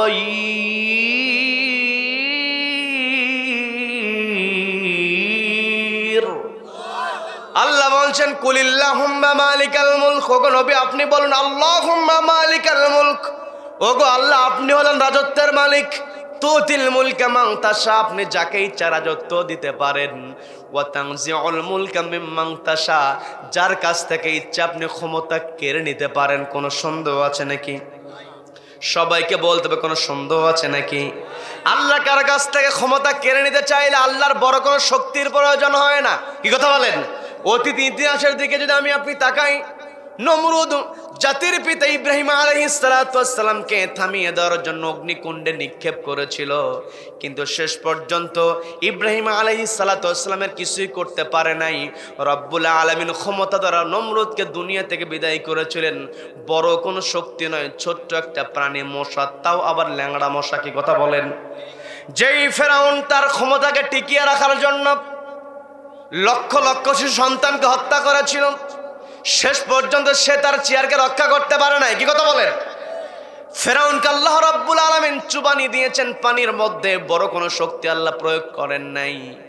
আবার এই যে কোরআন নিয়ে আমরা বসেছি, এই কোরআনের দাওয়াত দেওয়ার জন্য নবীজিকে সবচেয়ে বেশি কষ্ট দিয়েছিল আবু জেহেল। কি কথা বলেন? আবু জেহেল কষ্ট দিয়েছিল। আবু জেহেল তো নেতা ছিল, শুধু নেতা ছিল না, ও ছিল নেতাদেরও নেতা, বড় নেতা। কি কথা বলেন? এই বড় নেতাকে সাইজ করার জন্য আল্লাহ চাইলে বদরের প্রান্তরে বড় কোন সাহাবীদেরকে দিয়ে সাইজ করাতে পারতেন, কিন্তু আল্লাহ তো ক্ষমতাধর। আল্লাহু আলা কুল্লি শাইইন কাদির, ইন্নাকা আলা কুল্লি শাইইন কাদির। সকল শক্তি সকল ক্ষমতার উপর একজন সমাসীন হয়ে আছেন, তিনি কে? সবাইকে বলতে হবে তিনি কে। আমার আপনার কাছে শক্তির বড় ছোট এর পার্থক্য আছে, ভ্যারিয়েশন আছে, কিন্তু আল্লাহর কাছে ছোট যেমন বড় তেমন। কি কথা বলেন? কি কথা বলেন? আল্লাহ রাব্বুল আলামিন আমার আপনার দিকে লক্ষ্য করে আল্লাহ বোঝানোর চেষ্টা করেন, না আমার বান্দারা তোমরা দেখো, তোমাদের কাছে যেটা ছোট মনে হতে পারে সেটা দিয়ে আমি অনেক কিছু করতে পারি। রব্বুল আলামিন বদরের প্রান্তরে মাআজ এবং মুআওয়াজ দুই ভাইয়ের দ্বারা আবু জেহেলকে একবারে কায়েদ করে দিয়েছিলেন। কথা বলেন? কি কথা বলেন? আব্রাহা বিশাল বড় হস্তি বাহিনী নিয়ে কাবার চত্বরে এসেছে, কাবার চত্বরে আসবে, কাবা ঘর আক্রমণ করবে। আল্লাহ কি করলেন? বড় কোন শক্তিধর কাউকে পাঠালেন না, তয়রান আবাবিল, ঝাঁকে ঝাঁকে পাখি পাঠিয়ে দিলেন। ওই পাখিদের ঠোঁটের মধ্যে ছিল মটর দানার মতো পাথরকুচি, পায়ের মধ্যে ছিল পাথরকুচি, উপর থেকে ছেড়ে দেওয়া হয়েছে। মুহূর্তের মধ্যে ক্ষমতাধর হস্তি বাহিনীকে চিবানো ঘাস বানায় দেওয়া হয়েছে। কথা বলেন ঠিক কিনা? অতীত ইতিহাস আমরা শুনলাম, নমরুদকে আল্লাহ দুনিয়া থেকে বিদায় করেছেন মশা দিয়া, ফেরাউনকে আল্লাহ দূর করেছেন পানি দিয়া। আবু জেহেলকে আল্লাহ নাস্তানাবুদ করেছেন দুইজন বালক দিয়া, আব্রাহাকে আল্লাহ ধ্বংস করেছেন ছোট্ট পাখি দিয়া। আর দীর্ঘ 15টা বছর এই দেশের মধ্যে যে জুলুম করেছিল, সে মনে করেছিল সিয়ার আমার, দেশ আমার বাপের। কি কথা বলেন, কি কথা বলেন? প্রত্যেকটা কথাই নিজেকে বড় মনে করত। নিজের চেয়ারটাকে মরণ পর্যন্ত পাকাপোক্ত করার জন্য প্রশাসনের প্রত্যেকটা জায়গায় নিজের পছন্দের লোক প্রমোশন দিবে। প্রমোশন দেওয়ার ক্ষেত্রে 14 গোষ্ঠীর হিসাব, 14 গোষ্ঠীর মধ্যে কে কোন দল করে সব যাচাই বাছাই করে। ও মনে করেছিল মরণ পর্যন্ত আমি চেয়ারে বসে থাকবো। আর ওর যারা চালা চামুন্ডা যারা ছিল, মা বলে যারা জিকির করেছে, তারা মনে করেছিল আমাদের মা যতদিন বেঁচে আছে ওই চেয়ার থেকে মাকে কেউ নামাতে পারবে না। কি কথা বলেন, কি কথা বলেন? কিন্তু আল্লাহ বলছেন ওয়াতানজিউল মুলকা মিম্মান তাশা, আল্লাহ যার কাছ থেকে ইচ্ছা ক্ষমতা কেড়ে নিতে পারেন। কি কথা বলেন? নমরুদকে আল্লাহ বিদায় করেছেন সামান্য শক্তি দিয়ে, ফেরাউনকে আল্লাহ বিদায় করেছেন সামান্য শক্তি, আব্রাহা ধ্বংস হয়েছে সামান্য শক্তি দিয়া, আবু জেহেল ধ্বংস হয়েছে সামান্য শক্তি দিয়া। দীর্ঘ 15 বছরে দেশের মধ্যে লেডি ফেরাউন যে অত্যাচার করেছে, এই লেডি ফেরাউনকে আল্লাহ তাড়িয়ে দিয়েছেন। বড় কোনো দলকে সামনের কাতারে দেন নাই, অস্ত্রধারী কোনো ইউনিটকে আল্লাহ সামনের কাতারে দেন নাই, নিরস্ত্র ছাত্র জনতাকে আল্লাহ এমন করে সামনের কাতারে দিয়েছেন, ওই লেডি আবু জেহেল পালাতে বাধ্য হয়েছে। কথা বলেন ঠিক কিনা? এই জন্য আমাকে আপনাকে সবসময় আল্লাহর উপরে ভরসা রাখতে হবে। যে যত বড়ই ক্ষমতাধর হোক না কেন, সকল ক্ষমতার উৎস হলো আল্লাহ।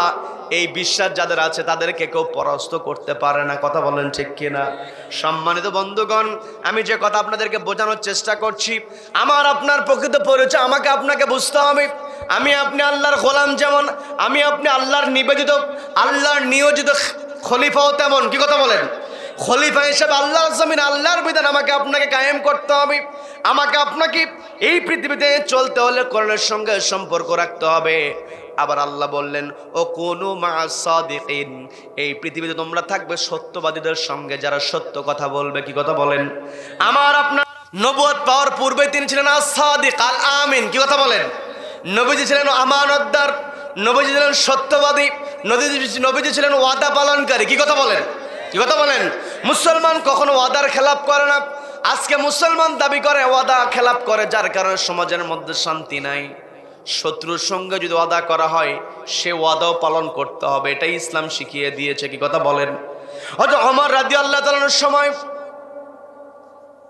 ইরানের একজন শাহজাদা, ইরানের তৎকালীন সময়ের শাহজাদা মুসলমানদের উপরে জুলুম করত। আজও পৃথিবীতে দেখবেন মুসলমানদেরকে মারলে অনেকে মজা নেয়। কি কথা বলেন?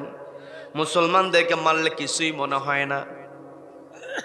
মুসলমানদেরকে মারলে ওরা খুশি হয়ে যায়। যখন ইহুদিদের উপরে আক্রমণ হয় তখনই ওদের টনক নড়ে যায়। যখনই হিন্দুদের উপরে কোনো কিছু হয় তখন টনক নড়ে। আমি এর দ্বারা বোঝানোর চেষ্টা করছি, ইহুদ হয়েছে বলে আপনি তাকে অবৈধভাবে আঘাত করবেন, হিন্দু হয়েছে বলে আপনি অবৈধভাবে আঘাত করবেন, এটা কখনো ইসলাম সাপোর্ট করে না। কথা বলেন ঠিক কিনা? অবৈধভাবে মানুষকে যদি আঘাত করা হয় সেটার প্রতিবাদ আমাকে আপনাকে করতে হবে। তৎকালীন সময় ওই কাফেররা সবসময় মুসলমানদেরকে কষ্ট দেওয়ার চেষ্টা করেছে।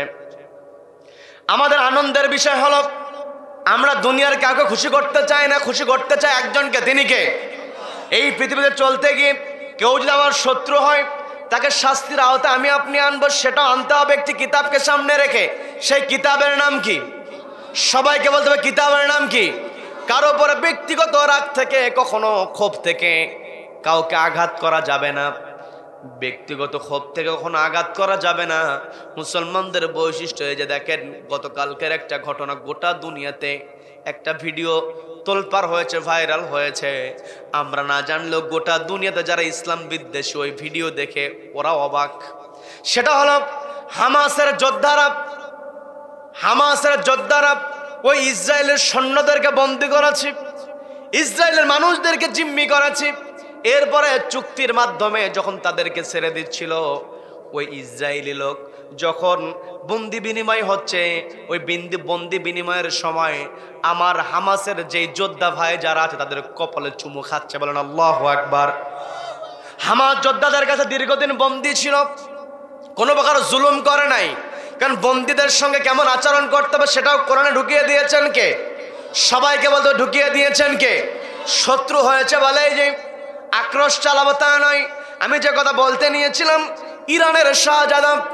ইরানের শাহজাদা যখন বন্দী হয়ে গিয়েছে, হযরত ওমর রাদিয়াল্লাহু তাআলা রায় দিয়ে দিলেন, তুমি মুসলমানদেরকে অবৈধভাবে হত্যা করেছ, অবৈধভাবে তুমি হত্যা করেছ, তুমি তোমার রাগ মিটিয়েছ, মুসলমানকে তুমি হত্যা করেছো, রক্ত ঝরিয়েছ, তুমি ধরা পড়েছ, এই সময় তোমাকে শাস্তির আওতায় আসতে হবে, তোমার মৃত্যুদণ্ড ঘোষণা করে দেওয়া হয়েছে, তোমার এই পৃথিবীতে আর বেঁচে থাকার কোনো অধিকার নাই। কারণ যে মানুষকে অন্যায়ভাবে হত্যা করে, এই পৃথিবীতে বেঁচে থাকার তার কোনো অধিকার নাই। কথা বলেন ঠিক কিনা? অবৈধভাবে কেউ যদি কাউকে হত্যা করে, আল্লাহ বলেছে একটা নাফসকে হত্যা করলো, সে যেন গোটা দুনিয়ার মানুষকে হত্যা করলো। বলেন নাউযুবিল্লাহ। অবৈধভাবে কাউকে হত্যা করা যাবে না। হযরত ওমর বলছেন, তুমি তো অবৈধভাবে মুসলমানদের উপর জুলুম করেছো, কষ্ট দিয়েছো, হত্যা করেছো, তোমার মৃত্যুদণ্ড, তোমার ফাঁসি কার্যকর হয়ে যাবে, তোমাকে হত্যা করা হবে। তবে হত্যার পূর্বে, ফাঁসিতে দেওয়ার পূর্বে, তোমার কল্লাটা আলাদা করার পূর্বে তোমার শেষ ইচ্ছাটাকে একটু বলো। তোমার কোনো শেষ ইচ্ছা আছে নাকি? এই প্রশ্ন যখন করা হলো, ওই শাহজাদা বলছে, আমি আর শেষ কি ইচ্ছা বলবো, মরার আগে একটু পানি পান করতে চাই। কি পান? সবাই বলেন কি পান করতে চাই? পানি পান করতে চাই। হযরত ওমর অর্ডার দিলেন, একে পানি দিয়ে দাও। পানির পাত্র তাকে দেওয়া হলো, পানির পেয়ালা দেওয়া হয়েছে। পানির পেয়ালা হাতে নিয়ে পানি পান করে না। হযরত ওমর বলছে, দ্রুত পানি পান করো। ওই ইরানি শাহজাদা বলছে, পানি যে আমি পান করব আমার ভয় লাগে, কারণ আমি যখন পানি পান করতে গিয়ে চুমুক যখন দিব, গ্লাসে যদি পানি পান করা হয় মাথাটা উঁচু থাকে। কি কথা বলেন? কিন্তু যখন আপনি চুমুক দিয়ে পানি পান করব, মাথাটা নিচু হয়ে যায়, ঘাড়টা টান টান হয়ে যায়। ওই ইরানের শাহজাদা বলছে, আমি যখন পানিতে চুমুক দিতে যাব, আমার ঘাড় যখন টান টান হয়ে যাবে, আমার তো মনে হয় আমার ঘাড়ের উপরে তখন তলোয়ার দিয়ে আঘাত করে আমাকে হত্যা করে ফেলা হবে। ইরানের শাহজাদা যখন এই কথা বলল, হযরত ওমর বলছেন, মুসলমানরা কখনো তাদের কথার বরখেলাপ করে না। তুমি পানি পান করতে চেয়েছো, তোমাকে পানি পান করার সুযোগ দেওয়া হয়েছে, তুমি পানি পান করো। সে আবারও বলছি, আমি বিশ্বাস করি না, আমাকে নিশ্চয়তা দিতে হবে, যতক্ষণ না পর্যন্ত আমার পানি পান শেষ হবে ততক্ষণ পর্যন্ত আমাকে হত্যা করতে পারবে না। যদি নিশ্চয়তা দেওয়া হয় তবে আমি পানি পান করব। হযরত ওমর বলছেন, তোমাকে নিশ্চয়তা দিলাম, যতক্ষণ না পর্যন্ত তুমি পানি পান করবে তোমাকে কেউ হত্যা করতে পারবে না, আমি তোমাকে বলে দিলাম। এই কথা বলার সঙ্গে সঙ্গে ওই পাত্রে থাকা পানি মাটিতে ফেলে দিয়েছে। পাত্রে থাকা মাটি কোথায় এখন বলেন? মাটিতে পানি পড়ার পরে সেই পানি কি আর মাটির সঙ্গে থাকে না, একেবারে মিশে যায়। এখন ওই শাহজাদা বলতেছে, আমাকে আদায় করতে হবে নাকি? আদায় করতে হবে না? আচ্ছা, পানি যখন মাটির সঙ্গে মিশে গেছে, শাহজাদা বলতেছে, ওর স্পিড আলাদা, এখন ওর কি স্পিড আলাদা। তুমি তো বলেছ এই পানি না পান করা পর্যন্ত আমাকে হত্যা করবা না, তো এই পানি তো আমার পান করার সুযোগ নেই, মাটিতে পড়ে গেছে। এখন দেখি তুমি তোমার কত কথার দাম রাখো। কৌশল আছে না নাই? আছে না নাই? কৌশল করেছে। হযরত ওমর রাদিয়াল্লাহু তাআলা আরো রেগে গেলেন। রাগ আছে না নাই? রাগ আছে না নাই? হযরত ওমরের দয়াও আছে, রাগও আছে। আমরা তো হযরত ওমরকে শুধু কড়া মানুষই মনে করি। কি কথা বলেন? ওমর কড়া ঠিক আছে, কিন্তু কড়া কোন সময়? ফি আমরিল্লাহ ওয়া আশাদ্দুহুম ফি আমরিল্লাহি ওমর রাদিয়াল্লাহু আনহু। প্রত্যেক জুমাতে খতিব সাহেবের এইটুকু উচ্চারণ আছে না নাই? আছে না নাই? ওয়া আশাদ্দুহুম ফি আমরিল্লাহ, আল্লাহর যে বিধান আছে এই বিধানের ক্ষেত্রে হযরত ওমর হলেন সবচাইতে বড় কঠোর। বলেন আল্লাহু আকবার। ওমরের ব্যাপারে আমাদের পার্শ্ববর্তী দেশ ভারত, অনেকে আবার এদেরকে আমাদের বন্ধু দাবি করে। আছে না? বলেন আছে না? আছে। বন্ধু হলে বন্ধুর জন্য নিবেদিত হয়, এক বন্ধু আর এক বন্ধুর জন্য এগিয়ে আসে। যদি প্রকৃত বন্ধু হয়, এক আইটেমের তরকারি খাওয়ানোর পরে হয়তো 2 আইটেমের তরকারি খায় আপনাকে দাওয়াতে আপ্যায়ন করেছে। আমার কথা বিরক্ত হচ্ছেন? বিরক্ত হচ্ছেন? আপনার বন্ধু আপনাকে 2 আইটেম খাইয়েছে, আপনি চিন্তা করেছেন আমার বন্ধুকে আমি এখন আরেকটা আইটেম বাড়ায়া দিব, অর্থাৎ বন্ধু আমার জন্য যা করে আমি তার চাইতে বেশি করব, এটা হয় বন্ধুর পরিচয়। কি কথা বলেন? কিন্তু আমার পার্শ্ববর্তী যে বন্ধু যেটা আছে, এরা তো বন্ধু না, এরা হচ্ছে বন্দুক। কি কথা বলেন? কথা বলেন। তবে 47 আমরা স্বাধীন হয়েছি, ব্রিটিশদেরকে আমরা খেয়ে দিয়েছি। আমাদের যারা পূর্বপুরুষ যারা ছিলেন, দাদারা যারা ছিলেন, তারা ওদেরকে হটিয়ে যেতে বাধ্য করেছে। 71 সালে পাকিস্তানে হানাদারেরা, ওরাও আমাদেরকে আশ্বাস দিয়েছিল তখন, কিন্তু স্বার্থে যখন আঘাত লেগেছে তখন ওরা আমাদের উপরে জুলুম করেছে, ওদেরকে আমরা ঝাড়াপেটা করেছি। কি কথা বলেন? কি কথা বলেন? 47 স্বাধীন হয়েছি, 71 স্বাধীন হয়েছি, তবে ব্রিটিশরা চলে গেলেও, পাকিস্তানিরা চলে গেলেও, শুরুর থেকেও ওই ভারতীয়দের আমাদের উপরে একটা আলাদা আগ্রাসন চেপে বসেছিল। ওরা সবসময় এই পূর্ব বাংলায় যারা, অর্থাৎ পূর্ব পাকিস্তান তৎকালীন সময়ের, তারও আগে পূর্ব বাংলা বলা হতো, পশ্চিম বাংলা আর পূর্ব বাংলা। যখন ব্রিটিশের সময় এই বাংলাকে কি বলা হতো? পূর্ব বাংলা। এরপর পাকিস্তান আর পূর্ব পাকিস্তান হয়েছে। পূর্ব বাংলার ওপরে, পূর্ব পাকিস্তানের ওপরে ওই ভারতীয়দের আগ্রাসন ছিল। বাংলাদেশ হওয়ার পর ওরা আগ্রাসন চালিয়েছে, তবে 24-এর গণ অভ্যুত্থানে ছাত্র জনতা এই আগ্রাসন আর সহ্য করতে পারে নাই। মানুষ যখন অতিষ্ঠ হয়েছে, এই ভারতীয় আগ্রাসনের খুঁটি নড়বড়ে হয়েছে। এই নড়বড়ে খুঁটিকে আমরা আর শক্ত হতে দেব না। কথা বলেন ঠিক কিনা? আমাদের সব আছে, আমাদের উর্বর মাটি আছে, আমাদের পানি আছে, আমাদের কয়লা আছে, আমাদের গ্যাস আছে, আমাদের সব আছে। আমরা কেন মানুষের চক্ষু রাঙ্গানিকে দেখবো? কি কথা বলেন? বরং উল্টা আমরা চোখ রাঙ্গায় কথা বলবো। কি কথা বলেন? কি কথা বলেন? এই চোখ রাঙ্গায় কথা বলতে হলে ওয়া আলা রাব্বিহিম ইয়াতাওয়াক্কালুন, তাওয়াক্কুল করতে হবে কার উপরে? সবাইকে বলতে হবে তাওয়াক্কুল করতে হবে কার উপরে? আল্লাহর উপর তাওয়াক্কুল করে আমাকে আপনাকে অন্যায়ের বিরুদ্ধে প্রতিবাদ করতে হবে। সম্মানিত দ্বীনি ভাইয়েরা, আমি যে কথায় ছিলাম, যখন ওই শাহজাদা বলছে পানি তো আমি পান করতে পারলাম না, তুমি তো ওয়াদা করেছো যতক্ষণ না পর্যন্ত পানি পান করা হবে ততক্ষণ পর্যন্ত কেউ আমাকে হত্যা করবে না, তাহলে এখন আমাকে কি করবা? ওমর রেগে গিয়েছেন, কিন্তু রাগ যখন তার হয়েছে, রাগ ক্ষোভ ওমরের মধ্যে যখন তুঙ্গে গিয়েছে, ওমর নিজেকে আবার কন্ট্রোল করলেন। কন্ট্রোল করে ওমর মুস্কি মুস্কি হাসতে লাগলেন। এরপরে কি হলো শুনবেন নাকি মোনাজাত দিয়ে দেব? আবার ওই যে ভাইয়েরা খাতা কলম নিয়ে বসে আছে, শুনবেন তো? তাহলে ওনারা যে খাতা কলম নিয়ে বসে আছে এটার জন্য কিছু, ওনারা যে খাতা কলম নিয়ে বসে আছে এটার জন্য খাতা কলম কেন নিয়ে আসলো?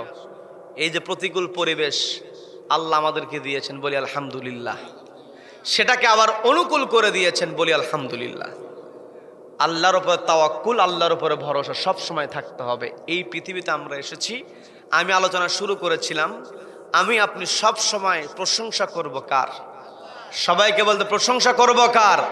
আল্লাহর প্রশংসা করব। আমার আপনার সবচাইতে বড় গুণ হলো আমাকে আপনাকে ভয় করতে হবে একজনকে, তিনি কে? আল্লাহ রাব্বুল আলামিন আমাকে আপনাকে স্পষ্ট জানিয়ে দিল, আমার বান্দারা তোমার পরিচয় বিভিন্ন হতে পারে। এই পৃথিবীতে কেউ ধনী হতে পারে, কেউ গরিব হতে পারে, কেউ রাজা হতে পারে, কেউ প্রজা হতে পারে, কারো বুদ্ধি কম হতে পারে, কারো বুদ্ধি বেশি হতে পারে, কিন্তু এগুলো কখনো আল্লাহর কাছে গ্রহণযোগ্য হবে না। আল্লাহ বলছেন ইন্না আকরামাকুম ইনদাল্লাহি আতকাকুম ইন্নাল্লাহা আলিমুন খাবীর।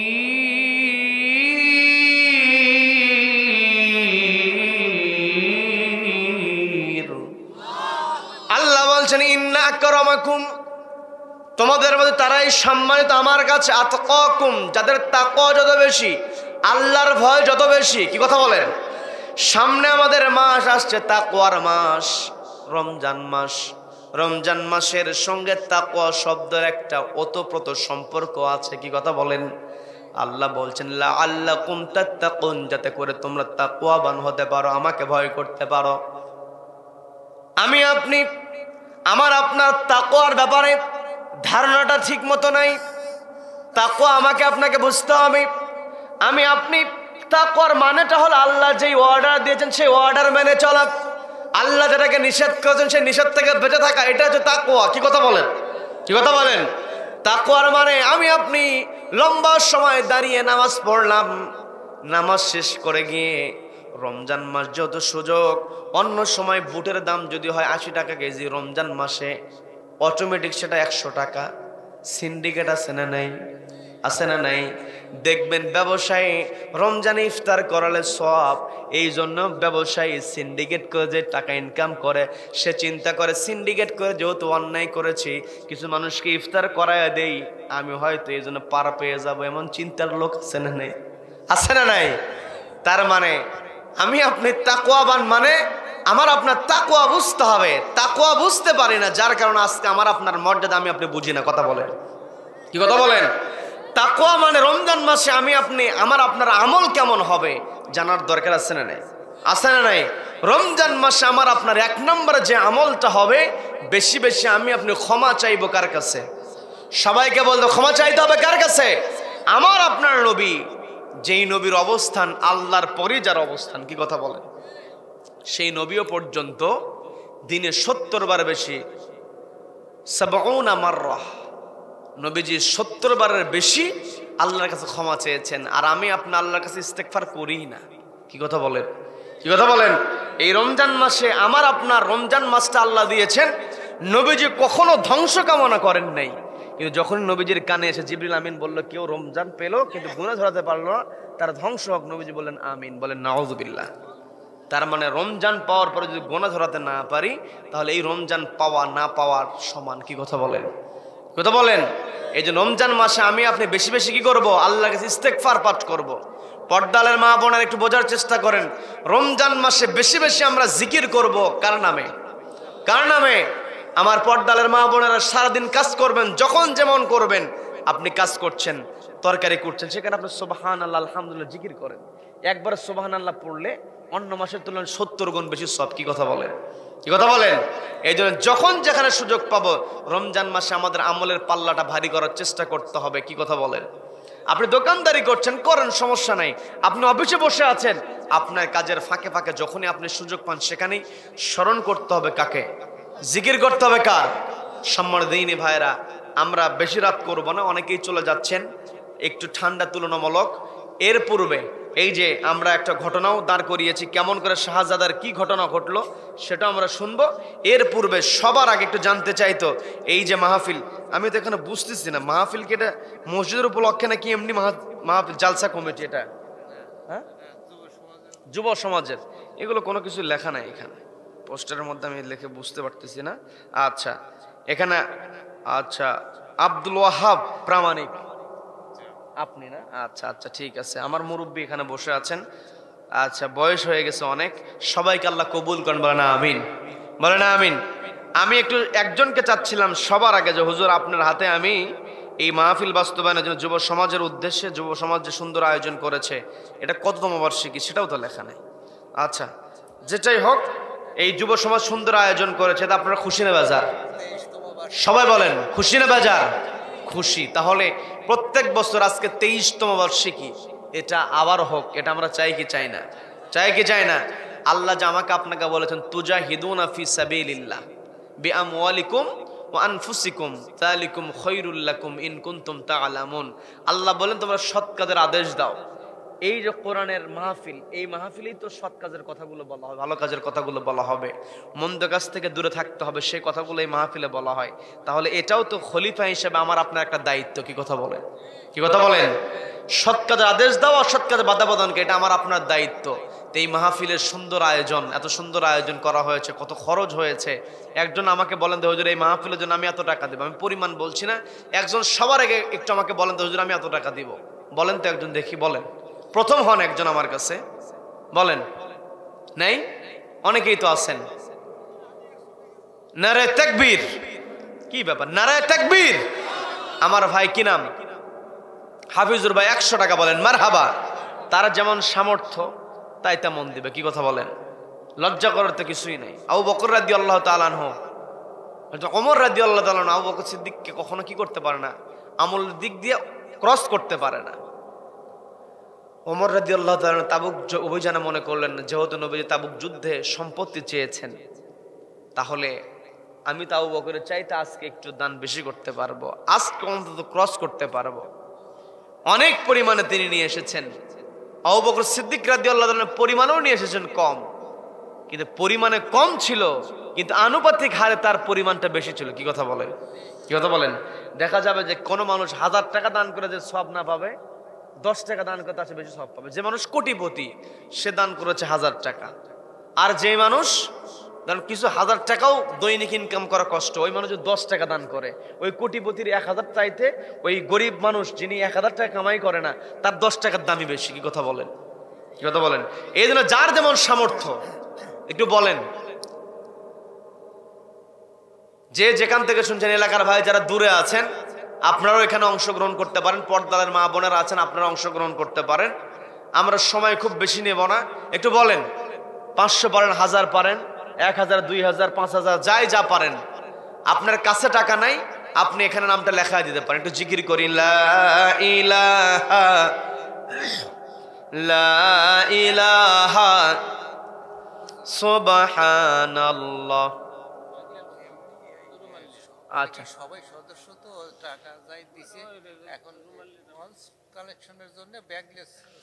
আচ্ছা আচ্ছা, সবার পকেটে যা আছে দেখি ভাই আপনি ওঠেন, আপনার ঘরের তোয়ালে আছে না, আপনি ওঠেন, ওই ভাইকে নেন, আপনার তোয়ালের মধ্যে টাকা উঠানো হোক, নেন, ওঠেন ওঠেন, ব্যাগে আছে তোয়ালে ভালো হবে, ওঠেন ওঠেন ওঠেন ওঠেন।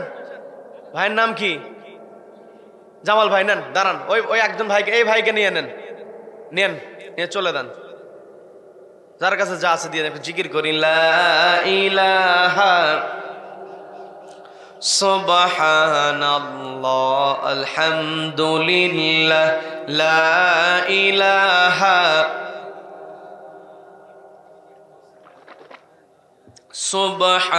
সুবহানাল্লাহ আলহামদুলিল্লাহ লা ইলাহা লা ইলাহা ইল্লাল্লাহ সুবহানাল্লাহ আলহামদুলিল্লাহ লা ইলাহা ইল্লাল্লাহ লা ইলাহা আল্লাহ আল্লাহ আল্লাহ। সবাই জিকির করেন, আল্লাহ আল্লাহ। মা বোনদের দৃষ্টি আকর্ষণ করছি, মা আপনার কাছে যা আছে আপনারা দিয়ে দেন, যার কাছে যা আছে দিয়ে দেন। লা ইলাহা সুবহানাল্লাহ আলহামদুলিল্লাহ। মা বোনদের মধ্যে থেকে যাদের কাছে ব্যাগ দেওয়া আছে আপনারা কালেক্ট করে নেন, আপনারা কালেকশন করেন। লা ইলাহা, সবাই একটু জোরে বলেন, লা ইলাহা ইল্লাল্লাহ লা ইলাহা ইল্লাল্লাহ সুবহানাল্লাহ আলহামদুলিল্লাহ লা ইলাহা লা ইলাহা লা ইলাহা ইল্লাল্লাহ লা ইলাহা ইল্লাল্লাহ লা ইলাহা ইল্লাল্লাহ। আল্লাহ আল্লাহ, সবাই আল্লাহ আল্লাহ আল্লাহ আল্লাহ আল্লাহ আল্লাহ আল্লাহ আল্লাহ আল্লাহ আল্লাহ আল্লাহ আল্লাহ। লা ইলাহা লা ইলাহা লা ইলাহা লা ইলাহা ইল্লাল্লাহু মুহাম্মাদুর রাসূলুল্লাহ সাল্লাল্লাহু আলাইহি ওয়াসাল্লাম। আল্লাহ আমাদের সকলকে কবুল করেন, বলেন আমিন, বলেন আমিন। আপনারা কি বিরক্ত হচ্ছেন? বিরক্ত হচ্ছেন? তাহলে রমজান মাসে আমরা 1 নম্বরে কাজ যেটা করব সেটা হলো ইস্তেগফার করব, তওবা করব। কার কাছে? আচ্ছা বলেন বলেন, দেন দেন ভাই বলেন। আমার স্ত্রী গত বৃহস্পতিবার ছেলে মেয়ে আছে? কত বড়? 2 বছরের বাচ্চা। আচ্ছা, ভাইয়ের নাম কি? সাজেদুল ইসলাম ভাই। তার ভারাক্রান্ত হৃদয়, আল্লাহ তার সহধর্মীকে নিয়ে গিয়েছেন। আল্লাহ তার স্ত্রী জিন্দেগির গুনাহ মাফ করে দিন, কবরটাকে আল্লাহ জান্নাতের বাগান বানায় দিন। বলেন আমিন, বলেন আমিন। তার ছোট্ট একটা সন্তান আছে, এই সন্তানের প্রতি আল্লাহ রহমত করুন, সন্তানকে আল্লাহ তার রহমতের চাদরে ঢেকে রাখুন। বলেন আমিন, বলেন আমিন। অনেকের বাপ মা দুনিয়া থেকে বিদায় হয়েছেন, সন্তান দুনিয়া থেকে বিদায় হয়েছেন। এই যে আমরা আজকে বসেছি, একমাত্র আমরা চাইবো কার কাছে? কার কাছে? ক্ষমা চাইবো আমরা আল্লাহর কাছে। আল্লাহর কাছে ক্ষমা চাইলে আল্লাহ খুশি হয়ে যান। হযরত ওমরের কথা বলছিলাম, তাওবার কত গুরুত্ব একটু বোঝার চেষ্টা করেন। দিল থেকে তাওবা করতে হবে। কি কথা বলেন? দিল থেকে আমাকে আপনাকে তাওবা করতে হবে, এবং তাওবা যখন আমি আপনি করব, গুনাহ বর্জনের নিয়ত করতে হবে। রমজান মাসে 2 নাম্বার আমার আপনার যে টার্গেট থাকবে, আমার আপনার গুনাহ বর্জনের অভ্যাস করতে হবে, গুনাহ দূর করতে হবে, গুনাহ ত্যাগ করতে হবে। কি কথা বলেন? কি কথা বলেন? আল্লাহর কাছে আমি আপনি যখন ফরিয়াদ করব, আল্লাহ আমি আর জিন্দেগিতে এমন অন্যায় করব না, আমি আপনি মন থেকে যদি আল্লাহর কাছে বলতে পারি, আল্লাহ আমার আপনার জিন্দেগির গুনাহগুলো আবার সওয়াবে রূপান্তর করতে পারেন। বলেন না সুবহানাল্লাহ। ওমর রাদিয়াল্লাহু তাআলা বাবা কড়া মানুষ ছিলেন অন্যায়ের ক্ষেত্রে। হযরত ওমরের সময় একজন যুবক মদের বোতল হাতে করে নিয়ে যাচ্ছে। মদের বোতল নিয়ে যখন যাচ্ছে, তো ওমরের সামনে পড়ে গেছে। কষ্ট নিয়ে বলতে হয়, আমার দেশের যুব সমাজ ধ্বংস হয়ে যাচ্ছে, মাদকের দিকে যায়, নেশা করে। কি কথা বলেন? কি কথা বলেন? এটাও কিন্তু আমাদের পার্শ্ববর্তী দেশ ভারতের একটা চক্রান্ত। কারণ যুবকদেরকে ধ্বংস করতে পারলে দেশটাকে নিয়ন্ত্রণে রাখা যায়, কিন্তু আমাদের যুব সমাজ তারা বুঝতে পেরেছে, তারা প্রতিবাদী হয়েছে। যুব সমাজ যদি সোচ্চার থাকে, যুব সমাজ সমাজটাকে পরিবর্তন করতে পারে। কথা বলেন ঠিক কিনা? নবীজির দরবারে যুবক সাহাবী দাঁড়িয়ে আছে, বসার জায়গা নাই। নবীজি কাঁধের উপর যে রুমাল ছিল, রুমাল ওই সাহাবীর দিকে গিয়ে দিয়ে বলছেন, তুমি দাঁড়িয়ে থেকো না, তুমি বসে যাও। বলেন আল্লাহু আকবার। যুবকদের সম্মান নবীজি কেমন দিয়েছেন। যুবক ভাইদেরকে বলছি, যে যুবক ভাই যেখান থেকে শুনছেন, মাইকের আওয়াজ যেই ভাইয়ের কানে চলে যায়, ভাই আপনার ভিতরে যদি নেশার অভ্যাস থাকে, এই রমজান মাসটাকে আপনি নেশা দূর করার মাস হিসাবে গ্রহণ করেন। কি কথা বলেন? আপনি নিয়ত করেন, আপনি যদি চান ওয়া আলা রাব্বিহিম ইয়াতাওয়াক্কালুন, আল্লাহর উপর তাওয়াক্কুল করে, আল্লাহর উপর ভরসা করে আপনি যেই কাজটা করতে যাবেন, সেই কাজে বাস্তবায়ন করে দেবেন কে? সবাইকে বলতে হবে, করে দেবেন কে? অনেকে আছি প্রত্যেক দিন 2-3 প্যাকেট সিগারেট লাগে, 1 প্যাকেটের বেশি সিগারেট লাগে। রমজান মাসে নিয়ত করে, রমজানের পর আর সিগারেটই খায় না। এমনও সময় হয়ে যায় সিগারেটের ধোঁয়া অসহ্য হয়ে যায়। কি কথা বলেন? কি কথা বলেন? আপনাকে নিয়ত করতে হবে। আমি যে কথা বলতে নিয়েছিলাম, হযরত ওমরের সামনে ওই যুবক যখন মদের বোতল হাতে, হযরত ওমরকে দেখি দ্রুত তার চাদর মধ্যে তার ওই বোতলটা ঢুকায় ফেলেছে। হযরত ওমর যুবককে ডাক দিয়ে বললেন, কি ব্যাপার, আমাকে দেখে তুমি এইরকম করলে কেন? তোমার হাতে কি? যখনই যুবককে হযরত ওমর ডাক দিয়েছে, যুবক মনে মনে আল্লাহর কাছে বলতে শুরু করেছে, আল্লাহ, ওমরের সামনে পড়ে গিয়েছি, আমার তো বাঁচার কোনো উপায় নাই। শয়তান পর্যন্ত ওমরকে দেখে ভয় পেয়েছে। কি কথা বলেন? ওই যুবক আল্লাহকে ডাকা শুরু করেছে, আল্লাহকে বলছেন, আল্লাহ, আমি ওমরের মুখোমুখি হয়ে গিয়েছি, আমি অন্যায় করেছি। এই যে মদের বোতল আমার হাতে, এই মদের বোতল, আমি এই মদ আর পান করব না, আমি কোনোদিন আর মদের সঙ্গে সম্পর্ক করব না। তবে তোমার কাছে মিনতি করি, তুমি যদি আজকে আমাকে ওমরের এই কঠিন অবস্থা থেকে আমাকে রক্ষা করো, আমাকে যদি তুমি বাঁচিয়ে দাও, আমি তোমার কাছে ওয়াদা করছি, আমি তোমার কাছে ইস্তেগফার করছি, আর জিন্দেগিতে আমি মদের বোতল হাতে নেব না। মনে মনে তার কথা বলা হয়েছে, ইন্নাল্লাহা আলিমুম বিযাতিস সুদূর, আমাদের বক্ষের মধ্যে, অন্তরের মধ্যে যা আছে সবকিছু কে জানেন? সবাইকে বলতে হবে, কে জানেন? হযরত ওমরের সামনে যখন চলে এসেছি, হযরত ওমর জিজ্ঞাসা করেছেন, তোমার হাতে কি? ওই যুবক মদের কথা বললে তো অবস্থা খারাপ, সে বলে ফেলল, আমার হাতের মধ্যে সিরকার বোতল। আমার হাতের মধ্যে সিরকার বোতল। এই কথা বলার পরে হযরত ওমর বিশ্বাস করলেন না। হযরত ওমর বলছেন, তুমি বলেছো, তুমি যেহেতু লুকিয়ে রেখেছো, তোমার আস্তিনের মধ্যে রেখে দিয়েছো, চাদরের মধ্যে রেখে দিয়েছো, আমি দেখতে চাই আসলে ওর মধ্যে সিরকা আছে নাকি অন্য কিছু আছে। যখন ওই আল্লাহকে স্মরণ করে ওই মদের বোতলটা বের করেছে, আল্লাহকে ডাকতেছে আর বের করতেছে, আল্লাহকে আবার বলছে, আল্লাহ তুমি রক্ষা করো, আমি আর মদের সঙ্গে সম্পর্ক রাখবো না, আমি আর জিন্দেগিতে মরণ পর্যন্ত কোনো অন্যায় করব না, তুমি আজকের দিনটা আমাকে উদ্ধার করো। যখনই এই কথা বলতে বলতে ওই মদের বোতলটা সামনে নিয়ে এসেছে, যুবক তো অবাক, নিয়ে এসেছিল মদ, হয়ে গেছে সিরকা। বলেন না সুবহানাল্লাহ।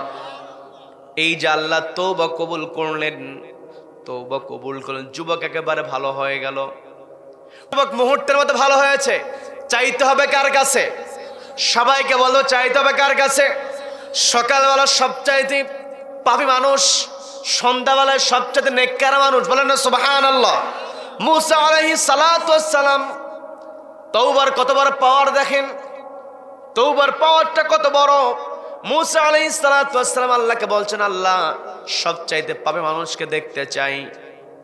বললেন, সকালবেলা তোমার সামনে দিয়ে সর্বপ্রথম যে যাবে সে পাপী। পাপী মানুষকে দেখার পরে মুসা আলাইহিস সালাতু ওয়াস সালাম আল্লাহর কাছে আবার আরজি করলেন, আল্লাহ পাপী মানুষকে দেখেছি, আমি সবচাইতে নেককার মানুষকে একটু দেখতে চাই, তুমি আমাকে দেখায় দাও।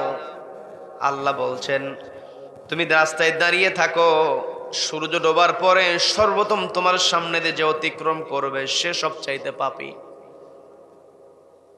কি বিরক্ত হচ্ছেন? বিরক্ত হচ্ছেন?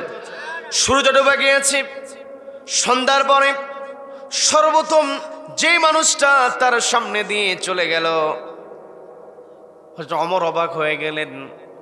সকালবেলা যাকে দেখেছি পাপী, সন্ধ্যাবেলা তাকে আল্লাহ আবার বলছেন নেককার। কারণ আছে না নাই?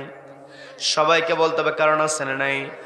যখনই এই দৃশ্য দেখা যায়, মুসা আলাইহিস সালাতু ওয়াস সালাম আল্লাহকে বলছেন, আল্লাহ তুমি সকালবেলা যাকে দেখাইয়া দিলা পাপী হিসাবে, সেই মানুষ একদিনের মধ্যে এত নেক কেমন করলো, কেমন করে করলো? হয়তো আল্লাহ যদি ক্ষমা করে, ক্ষমা করেছে, কিন্তু সবচাইতে নেককার সে কেমন করে হয়? কি কথা বলেন? ক্ষমা করেছে, একদিনের মধ্যে এত নেকি করা সম্ভব না। যখন মুসা আলাইহিস সালাতু ওয়াস সালাম আল্লাহর কাছে এই ফরিয়াদটা করলেন, আল্লাহ বলছেন, ও মুসা তুমি যাকে দেখেছো সকালবেলা তাকে আমি পাপী হিসাবে তোমাকে দেখিয়ে দিয়েছিলাম। এই পাপীকে তুমি দেখেছো ঠিক আছে, কিন্তু এই পাপী আমার রহমতের গুণগান এমন করে করেছে, আমার রহমতের গুণগান এমন করে করেছে, আমি তার প্রতি সন্তুষ্ট হয়েছি। তার ছোট্ট ছেলে তাকে প্রশ্ন করেছে, বাবা এই যে জঙ্গল, এই জঙ্গলের চাইতে বড় কি জিনিস আছে? কারণ বাবার সঙ্গে, অর্থাৎ ওই পাপী ব্যক্তি যে ছিল তার ছোট্ট ছেলে জঙ্গলের মধ্যে গিয়েছে। ওই জঙ্গলের মধ্যে ছোট্ট মানুষের মনের মধ্যে প্রশ্ন আছে না নাই? সবাইকে বলতে প্রশ্ন আছে না নাই? ছোট্ট মানুষ বিভিন্ন সময় বিভিন্ন প্রশ্ন করে, বিভিন্ন প্রশ্ন যখন করা হয়েছে, বিভিন্ন প্রশ্নের জবাবে তখন বাবাকে বলেছে, বাবা এই যে জঙ্গলের চাইতে বড় কি আছে? বলা হলো, এর চাইতে বড় আছে পাহাড়। বড় কি? বলেন কি? বাচ্চা বলছে পাহাড়ের চেয়ে কি বড়? এই কথা বলার পরে ওই ব্যক্তি বলছে পাহাড়ের চাইতে বড় হলো মানুষের গুনাহ। মানুষের কি? এই কথা বলার পরে ওই ছোট্ট ছেলে আবার জিজ্ঞাসা করছে, আল্লাহ গুনার চাইতে কি বড় আছে? ওই ব্যক্তি বলছে গুনার চাইতে আল্লাহর দয়া বড়। বলেন আল্লাহু আকবার। আল্লাহ যদি দয়াবান না হতেন আমি আপনি পৃথিবীতে টিকতে পারতাম না। কি কথা বলেন? এই যে আমি আপনি এখানে বসে আছি, আমার আপনার শ্বাস প্রশ্বাস চলছে, এই শ্বাস প্রশ্বাস যদি অক্সিজেন সরবরাহ বন্ধ করে দেওয়া হয়, কেউ বাঁচবো নাকি? কেউ বাঁচবো না। এই যে বিজ্ঞানীরা যে তথ্যটা দিয়েছে, একজন মানুষ বেঁচে থাকার জন্য প্রতি মিনিটে 7 থেকে 8 লিটার অক্সিজেন গ্রহণ করে। বলেন না সুবহানাল্লাহ। বোঝার চেষ্টা করেন। আমার মাইকের আওয়াজ যতদূর পর্যন্ত যায়, যে ভাই শুনছেন, যেই বোন শুনছেন, যে যেখান থেকে শুনতে একটু বোঝার চেষ্টা করেন। একজন মানুষ প্রতি মিনিটে যদি পরিবেশ থেকে 7 থেকে 8 লিটার অক্সিজেন গ্রহণ করে, 24 ঘন্টা হিসাব করলে দেখা যায় একজন মানুষ বেঁচে থাকার জন্য 10,000 থেকে 11,500 লিটার অক্সিজেন গ্রহণ করে। বলেন না সুবহানাল্লাহ। এই যে এত বিপুল পরিমাণ অক্সিজেন প্রতিদিন আমি আপনি ব্যবহার করছি, গ্রহণ করছি, এর কোনো বিল কি আল্লাহকে দিতে হয় নাকি? আবার এই বিপুল পরিমাণ অক্সিজেন 10,000 11,000 লিটার অক্সিজেন যদি আমার আপনার দেহের মধ্যে ঢুকে যায়, সবগুলো ঢুকে গেলে আমি আপনি আবার অসুস্থ হয়ে যাব। এই জন্য আল্লাহ আমার আপনার এই শ্বাস যন্ত্রের মধ্যে, রেসপিরেটরি সিস্টেমের মধ্যে আমার মেকানিজম দিয়েছেন।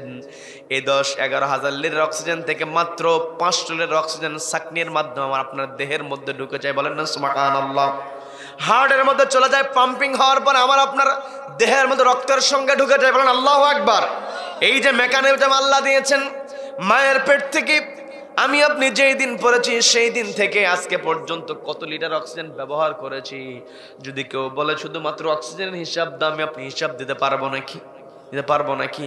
আবার দেখবেন এই অক্সিজেনের নিয়ন্ত্রণটা আল্লাহ নিজের হাতে রেখে দিয়েছেন। যদি কোনো রাষ্ট্রের প্রধানের কাছে আল্লাহ অক্সিজেনের দায়িত্বটা দিতেন, যারা রাষ্ট্রীয় চেয়ারে বসে চেয়ারটাকে ধরে রাখতে চায় তারা কি করত? এই যে গত বছর মাহফিল হওয়ার জন্য কত অনুমতি, এর কাছে যাও, ওর কাছে যাও, ওর নাম দাও, ওর নাম দাও, ছিল কি ছিল না? ছিল কি ছিল না? অনুমতি নিতে হয়। যদি অক্সিজেনের যদি পাওয়ার প্রশাসনের কাছে থাকতো, ওরা অনুমতি ঠিকই দিত। কিন্তু মাহফিলের সময় স্থান কোথায়? ভিঙ্গি সরকারি প্রাথমিক বিদ্যালয়। দেখবেন মাহফিলের দিনে সন্ধ্যা 6টার পর থেকে নিয়ে 12টা পর্যন্ত অক্সিজেন বন্ধ। কি কথা বলেন? কি কথা বলেন? ওই পাওয়ারটা আল্লাহ দেয় নাই। যদি পাওয়ার থাকতো, যদি বন্ধ করতো, সাংবাদিকরা প্রশ্ন করতো কি ব্যাপার, আপনারা মাহফিলের স্থলে ভেঙ্গিতে মাহফিল ছিল আজকে 6টা থেকে 12টা পর্যন্ত, আপনারা অক্সিজেন বন্ধ করেছেন, এর কারণটা কি? ওরা জবাব দিত যে আমরা অক্সিজেন বন্ধ করি নাই, ওদের নাকের সমস্যা এদের নিতে পারে নাই। কি কথা বলেন? প্রত্যেকটা জায়গায় এরকম মিথ্যা ছিল কি ছিল না? ধরে ধরে আল্লাহ ধরে না, ধরলে আল্লাহ ছাড়ে না। কথা বলেন ঠিক কিনা? আমাদের কোরআনের পাখি বলেছে এমন সময় আসবে ইঁদুরের গর্ত তোমরা খুঁজে পাবে না। আজকে অবস্থা ঠিক তেমনই হয়ে গিয়েছে। বলেছিলেন যে 12 কোটি মানুষ গোড়া ধরে নাড়া দেবে, মাওবাড়ি দিল্লি গিয়ে পড়বা, ঠিকই পড়েছে। কি কথা বলেন? যত ষড়যন্ত্রই করুক না কেন, এই বাংলাদেশ জমিনে ওই ফাসাদকারীদেরকে আর দাঁড়াতে দেওয়া যাবে না। কি কথা বলেন? এই ব্যাপারে আমাদেরকে ঐক্যবদ্ধ হতে হবে। আমাকে আপনাকে ঐক্যবদ্ধ হয়ে তাওয়াক্কুল করতে হবে কার উপরে? কার উপরে? আল্লাহ বলছেন কুনতুম খায়রা উম্মাহ, তোমরা উত্তম জাতি, তোমরা ঐক্যবদ্ধ হয়ে কাজ করো।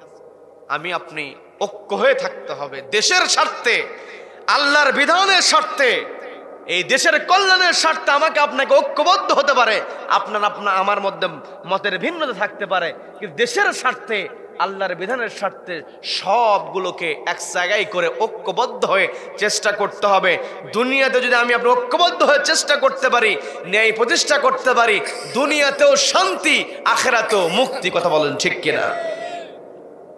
মুসা আলাইহিস সালাতু ওয়াস সালামকে আল্লাহ বললেন, আমার ওই বান্দা যখন বলেছে আল্লাহর দয়া সবচাইতে বড়, আল্লাহর দয়ার চাইতে বড় কিছু আর পৃথিবীতে হতে পারে না, এই যে আমার বান্দা কথাটা বলেছে, বলে সে তার নিজের অপরাধটাকে মনে করতে পেরেছে, চোখ বেয়ে বেয়ে পানি ছড়িয়ে দিয়ে সন্তানের প্রশ্নে নিজের জীবনের পরিবর্তন এনেছে, আমার কাছে তওবা করেছে, আমি রব্বুল আলামিন জিন্দেগির গুনাহগুলো সবে রূপান্তর করে দিয়েছে। বলেন না সুবহানাল্লাহ। তার মানে আমি আপনি যদি এই রমজান মাস আসছে তওবা করতে পারি, জায়নামাজে দাঁড়িয়ে যেতে পারি, আল্লাহর কাছে চোখের পানি ফেলে সেজদায় পড়ে আমি আপনি যদি আল্লাহকে সন্তুষ্ট করতে পারি, আমার আপনার দুনিয়াতেও শান্তি, আখিরাতেও মুক্তি আল্লাহ কবুল করেন। বলেন আমিন। আমি আপনি আখিরাতের মুক্তি পেতে হলে এই দুনিয়াতে মিথ্যাবাদী সত্যবাদী সবাই থাকে, এই দুনিয়াতে সবাই আছে, এই জায়গাতে কোনো সব সমান, সবাই বাস করতে পারে, মিথ্যাবাদীও বাস করতে পারে, সত্যবাদীও বাস করতে পারে, কিন্তু জান্নাতে সত্যবাদী ছাড়া বাস করতে পারবে? দুনিয়াতে সবাই আছে, সত্যবাদীও আছে, মিথ্যাবাদীও আছে, কিন্তু আখিরাতেও সত্যবাদী মিথ্যাবাদী থাকবে, কিন্তু ভিন্ন জায়গায়। মিথ্যাবাদী যারা হবে, জালেম যারা হবে, যারা মিথ্যা কথা বলবে, ওরা চলে যাবে জাহান্নামে, আর যারা জান্নাতে থাকবে তারা হলো সত্যবাদী। কি কথা বলেন? এই জন্য আমাদের সত্যবাদী হওয়ার দরকার আছে না নাই? ওই যে ইরানের শাহজাদা ওমর বলছেন, আমার তো মন চাচ্ছে তোমার এই কৌশল করার কারণে তোমাকে এখনই কতল করে দেই। কিন্তু আমি তো ওয়াদাবদ্ধ হয়েছি, আমরা তো ওয়াদার খেলাপ করি না। যেহেতু তোমাকে আমি বলেছি এই পানি পান না করলে তোমাকে হত্যা করব না, এখানে সবাই সাক্ষী আছে, এরপরেও যদি আমি তোমাকে হত্যা করি তাহলে সরে যাবে যে ওমর সে মুসলমানদের খলিফা, মুসলমানদের প্রতিনিধি। তার মানে আমি আপনি আল্লাহর প্রতিনিধি, আবার যারা আমার আপনার লিডার হবে তারা প্রতিনিধির আবার প্রতিনিধি। কি কথা বলেন, কি কথা বলেন? ওমর বলছেন আমি তো মুসলমানদের প্রতিনিধি, আমি খলিফা, সবার দায়িত্ব আমার। আমি যদি ওয়াদার খেলাপ করি তাহলে মুসলমানদের তো কলঙ্ক হয়ে যায়। কাজেই আমি তোমাকে মাফ করে দিলাম, তোমাকে ছেড়ে দিলাম, তোমাকে মারতে চাই নাই, বলেছি পানি পান না করলে তোমাকে মারবো না। যেহেতু পানি পান করার সুযোগ নাই, কাজেই তোমাকে ছেড়ে দেওয়া হলো। ইরানের শাহজাদা যখন সুযোগ দেওয়া হলো তাকে চলে যাওয়ার, ইরানের শাহজাদা বুঝতে পারলো যে আমরাই আসলে ভুল। সে বুঝতে পারলো মুসলমানেরা নিজেদের শ্রেষ্ঠত্বের প্রমাণ, নিজেদের সবকিছু তারা বিসর্জন দিতে পারে একমাত্র কাকে সন্তুষ্ট করার জন্য। সবাইকে বলতো কাকে সন্তুষ্ট করার জন্য। ইরানের শাহজাদা যখন দেখলো যে মুসলমানরা ওয়াদার ব্যাপারে শক্ত, সত্য কথা বলে শক্ত, কাজেই ইরানের শাহজাদা হযরত ওমরকে এসে বলছেন আমি তোমাদেরকে বুঝতে পেরেছি, তোমাদের ব্যাপারে আমার ভুল ধারণা ছিল, আমার আজকে কনসেপ্ট ক্লিয়ার হয়ে গিয়েছে, কাজেই তোমার কাছে আমি হাতটা বাড়িয়ে দেই, তুমি আমাকে পরায়া দাও। সবাই লা ইলাহা ইল্লাল্লাহু মুহাম্মাদুর রাসূলুল্লাহ সাল্লাল্লাহু আলাইহি ওয়াসাল্লাম। তার মানে আমি আপনি যে আলোচনা আপনার শুনলাম, আলোচনার সবকিছুর মেসেজ হলো আমার আপনার এক নাম্বার পরিচয় আমি আপনি কার গোলাম। সবাইকে বলতে হবে কার গোলাম। দ্বিতীয় নাম্বার আমার আপনার পরিচয় হলো আমি আপনি কার খলিফা। সবাইকে বলতে হবে কার খলিফা। আল্লাহর খলিফা হিসেবে আমাকে আপনাকে তা'মুরুনা বিল মা'রুফ, সৎ কাজের আদেশ দিতে হবে, ওয়া তানহাউনা আনিল মুনকার, অসৎ কাজে বাধা প্রদান করতে হবে। আর আমি আপনি যদি এই দুইটা কাজ করতে চাই তাহলে আমাকে আপনাকে তু'মিনুনা বিল্লাহ, ঈমান আনতে হবে কার উপরে। সবাইকে বলতে হবে কার উপরে। আল্লাহর প্রতি ঈমান তারই থাকে। এক নাম্বার ইযা যুকিরাল্লাহ, যখন আল্লাহর নাম উচ্চারিত হয়, ওয়াজিলাত কুলুবুহুম, অন্তরটা আল্লাহর ভয়ে কেঁপে ওঠে। ওয়া ইযা তুলিয়াত আলাইহিম আয়াতুহু যাদাতহুম ঈমানা। দ্বিতীয় নাম্বার বৈশিষ্ট্য হলো কোরআন তেলাওয়াত করলে ঈমান বেড়ে যায়, বলেন না সুবহানাল্লাহ। তৃতীয় নাম্বার বৈশিষ্ট্য ওয়া আলা রাব্বিহিম ইয়াতাওয়াক্কালুন, তাওয়াক্কুল করতে হবে কার উপরে। সবাইকে বলতে হবে তাওয়াক্কুল করতে হবে কার উপরে। আল্লাহর উপরে তাওয়াক্কুল করে আল্লাহর খলিফা, আল্লাহর বান্দা হিসাবে যে দায়িত্বগুলো আল্লাহ আমাকে আপনাকে দিয়েছেন, ন্যায় প্রতিষ্ঠা করতে হবে, সৎ কাজে থাকতে হবে, অসৎ কাজে বাধা প্রদান করতে হবে, ঐক্যবদ্ধ হয়ে আল্লাহর জমিন, আল্লাহর বিধানের কাজ আমাকে আপনাকে করে যেতে হবে। রব্বুল আলামিন আমাদের সকলকে কবুল করেন, বলেন আমিন।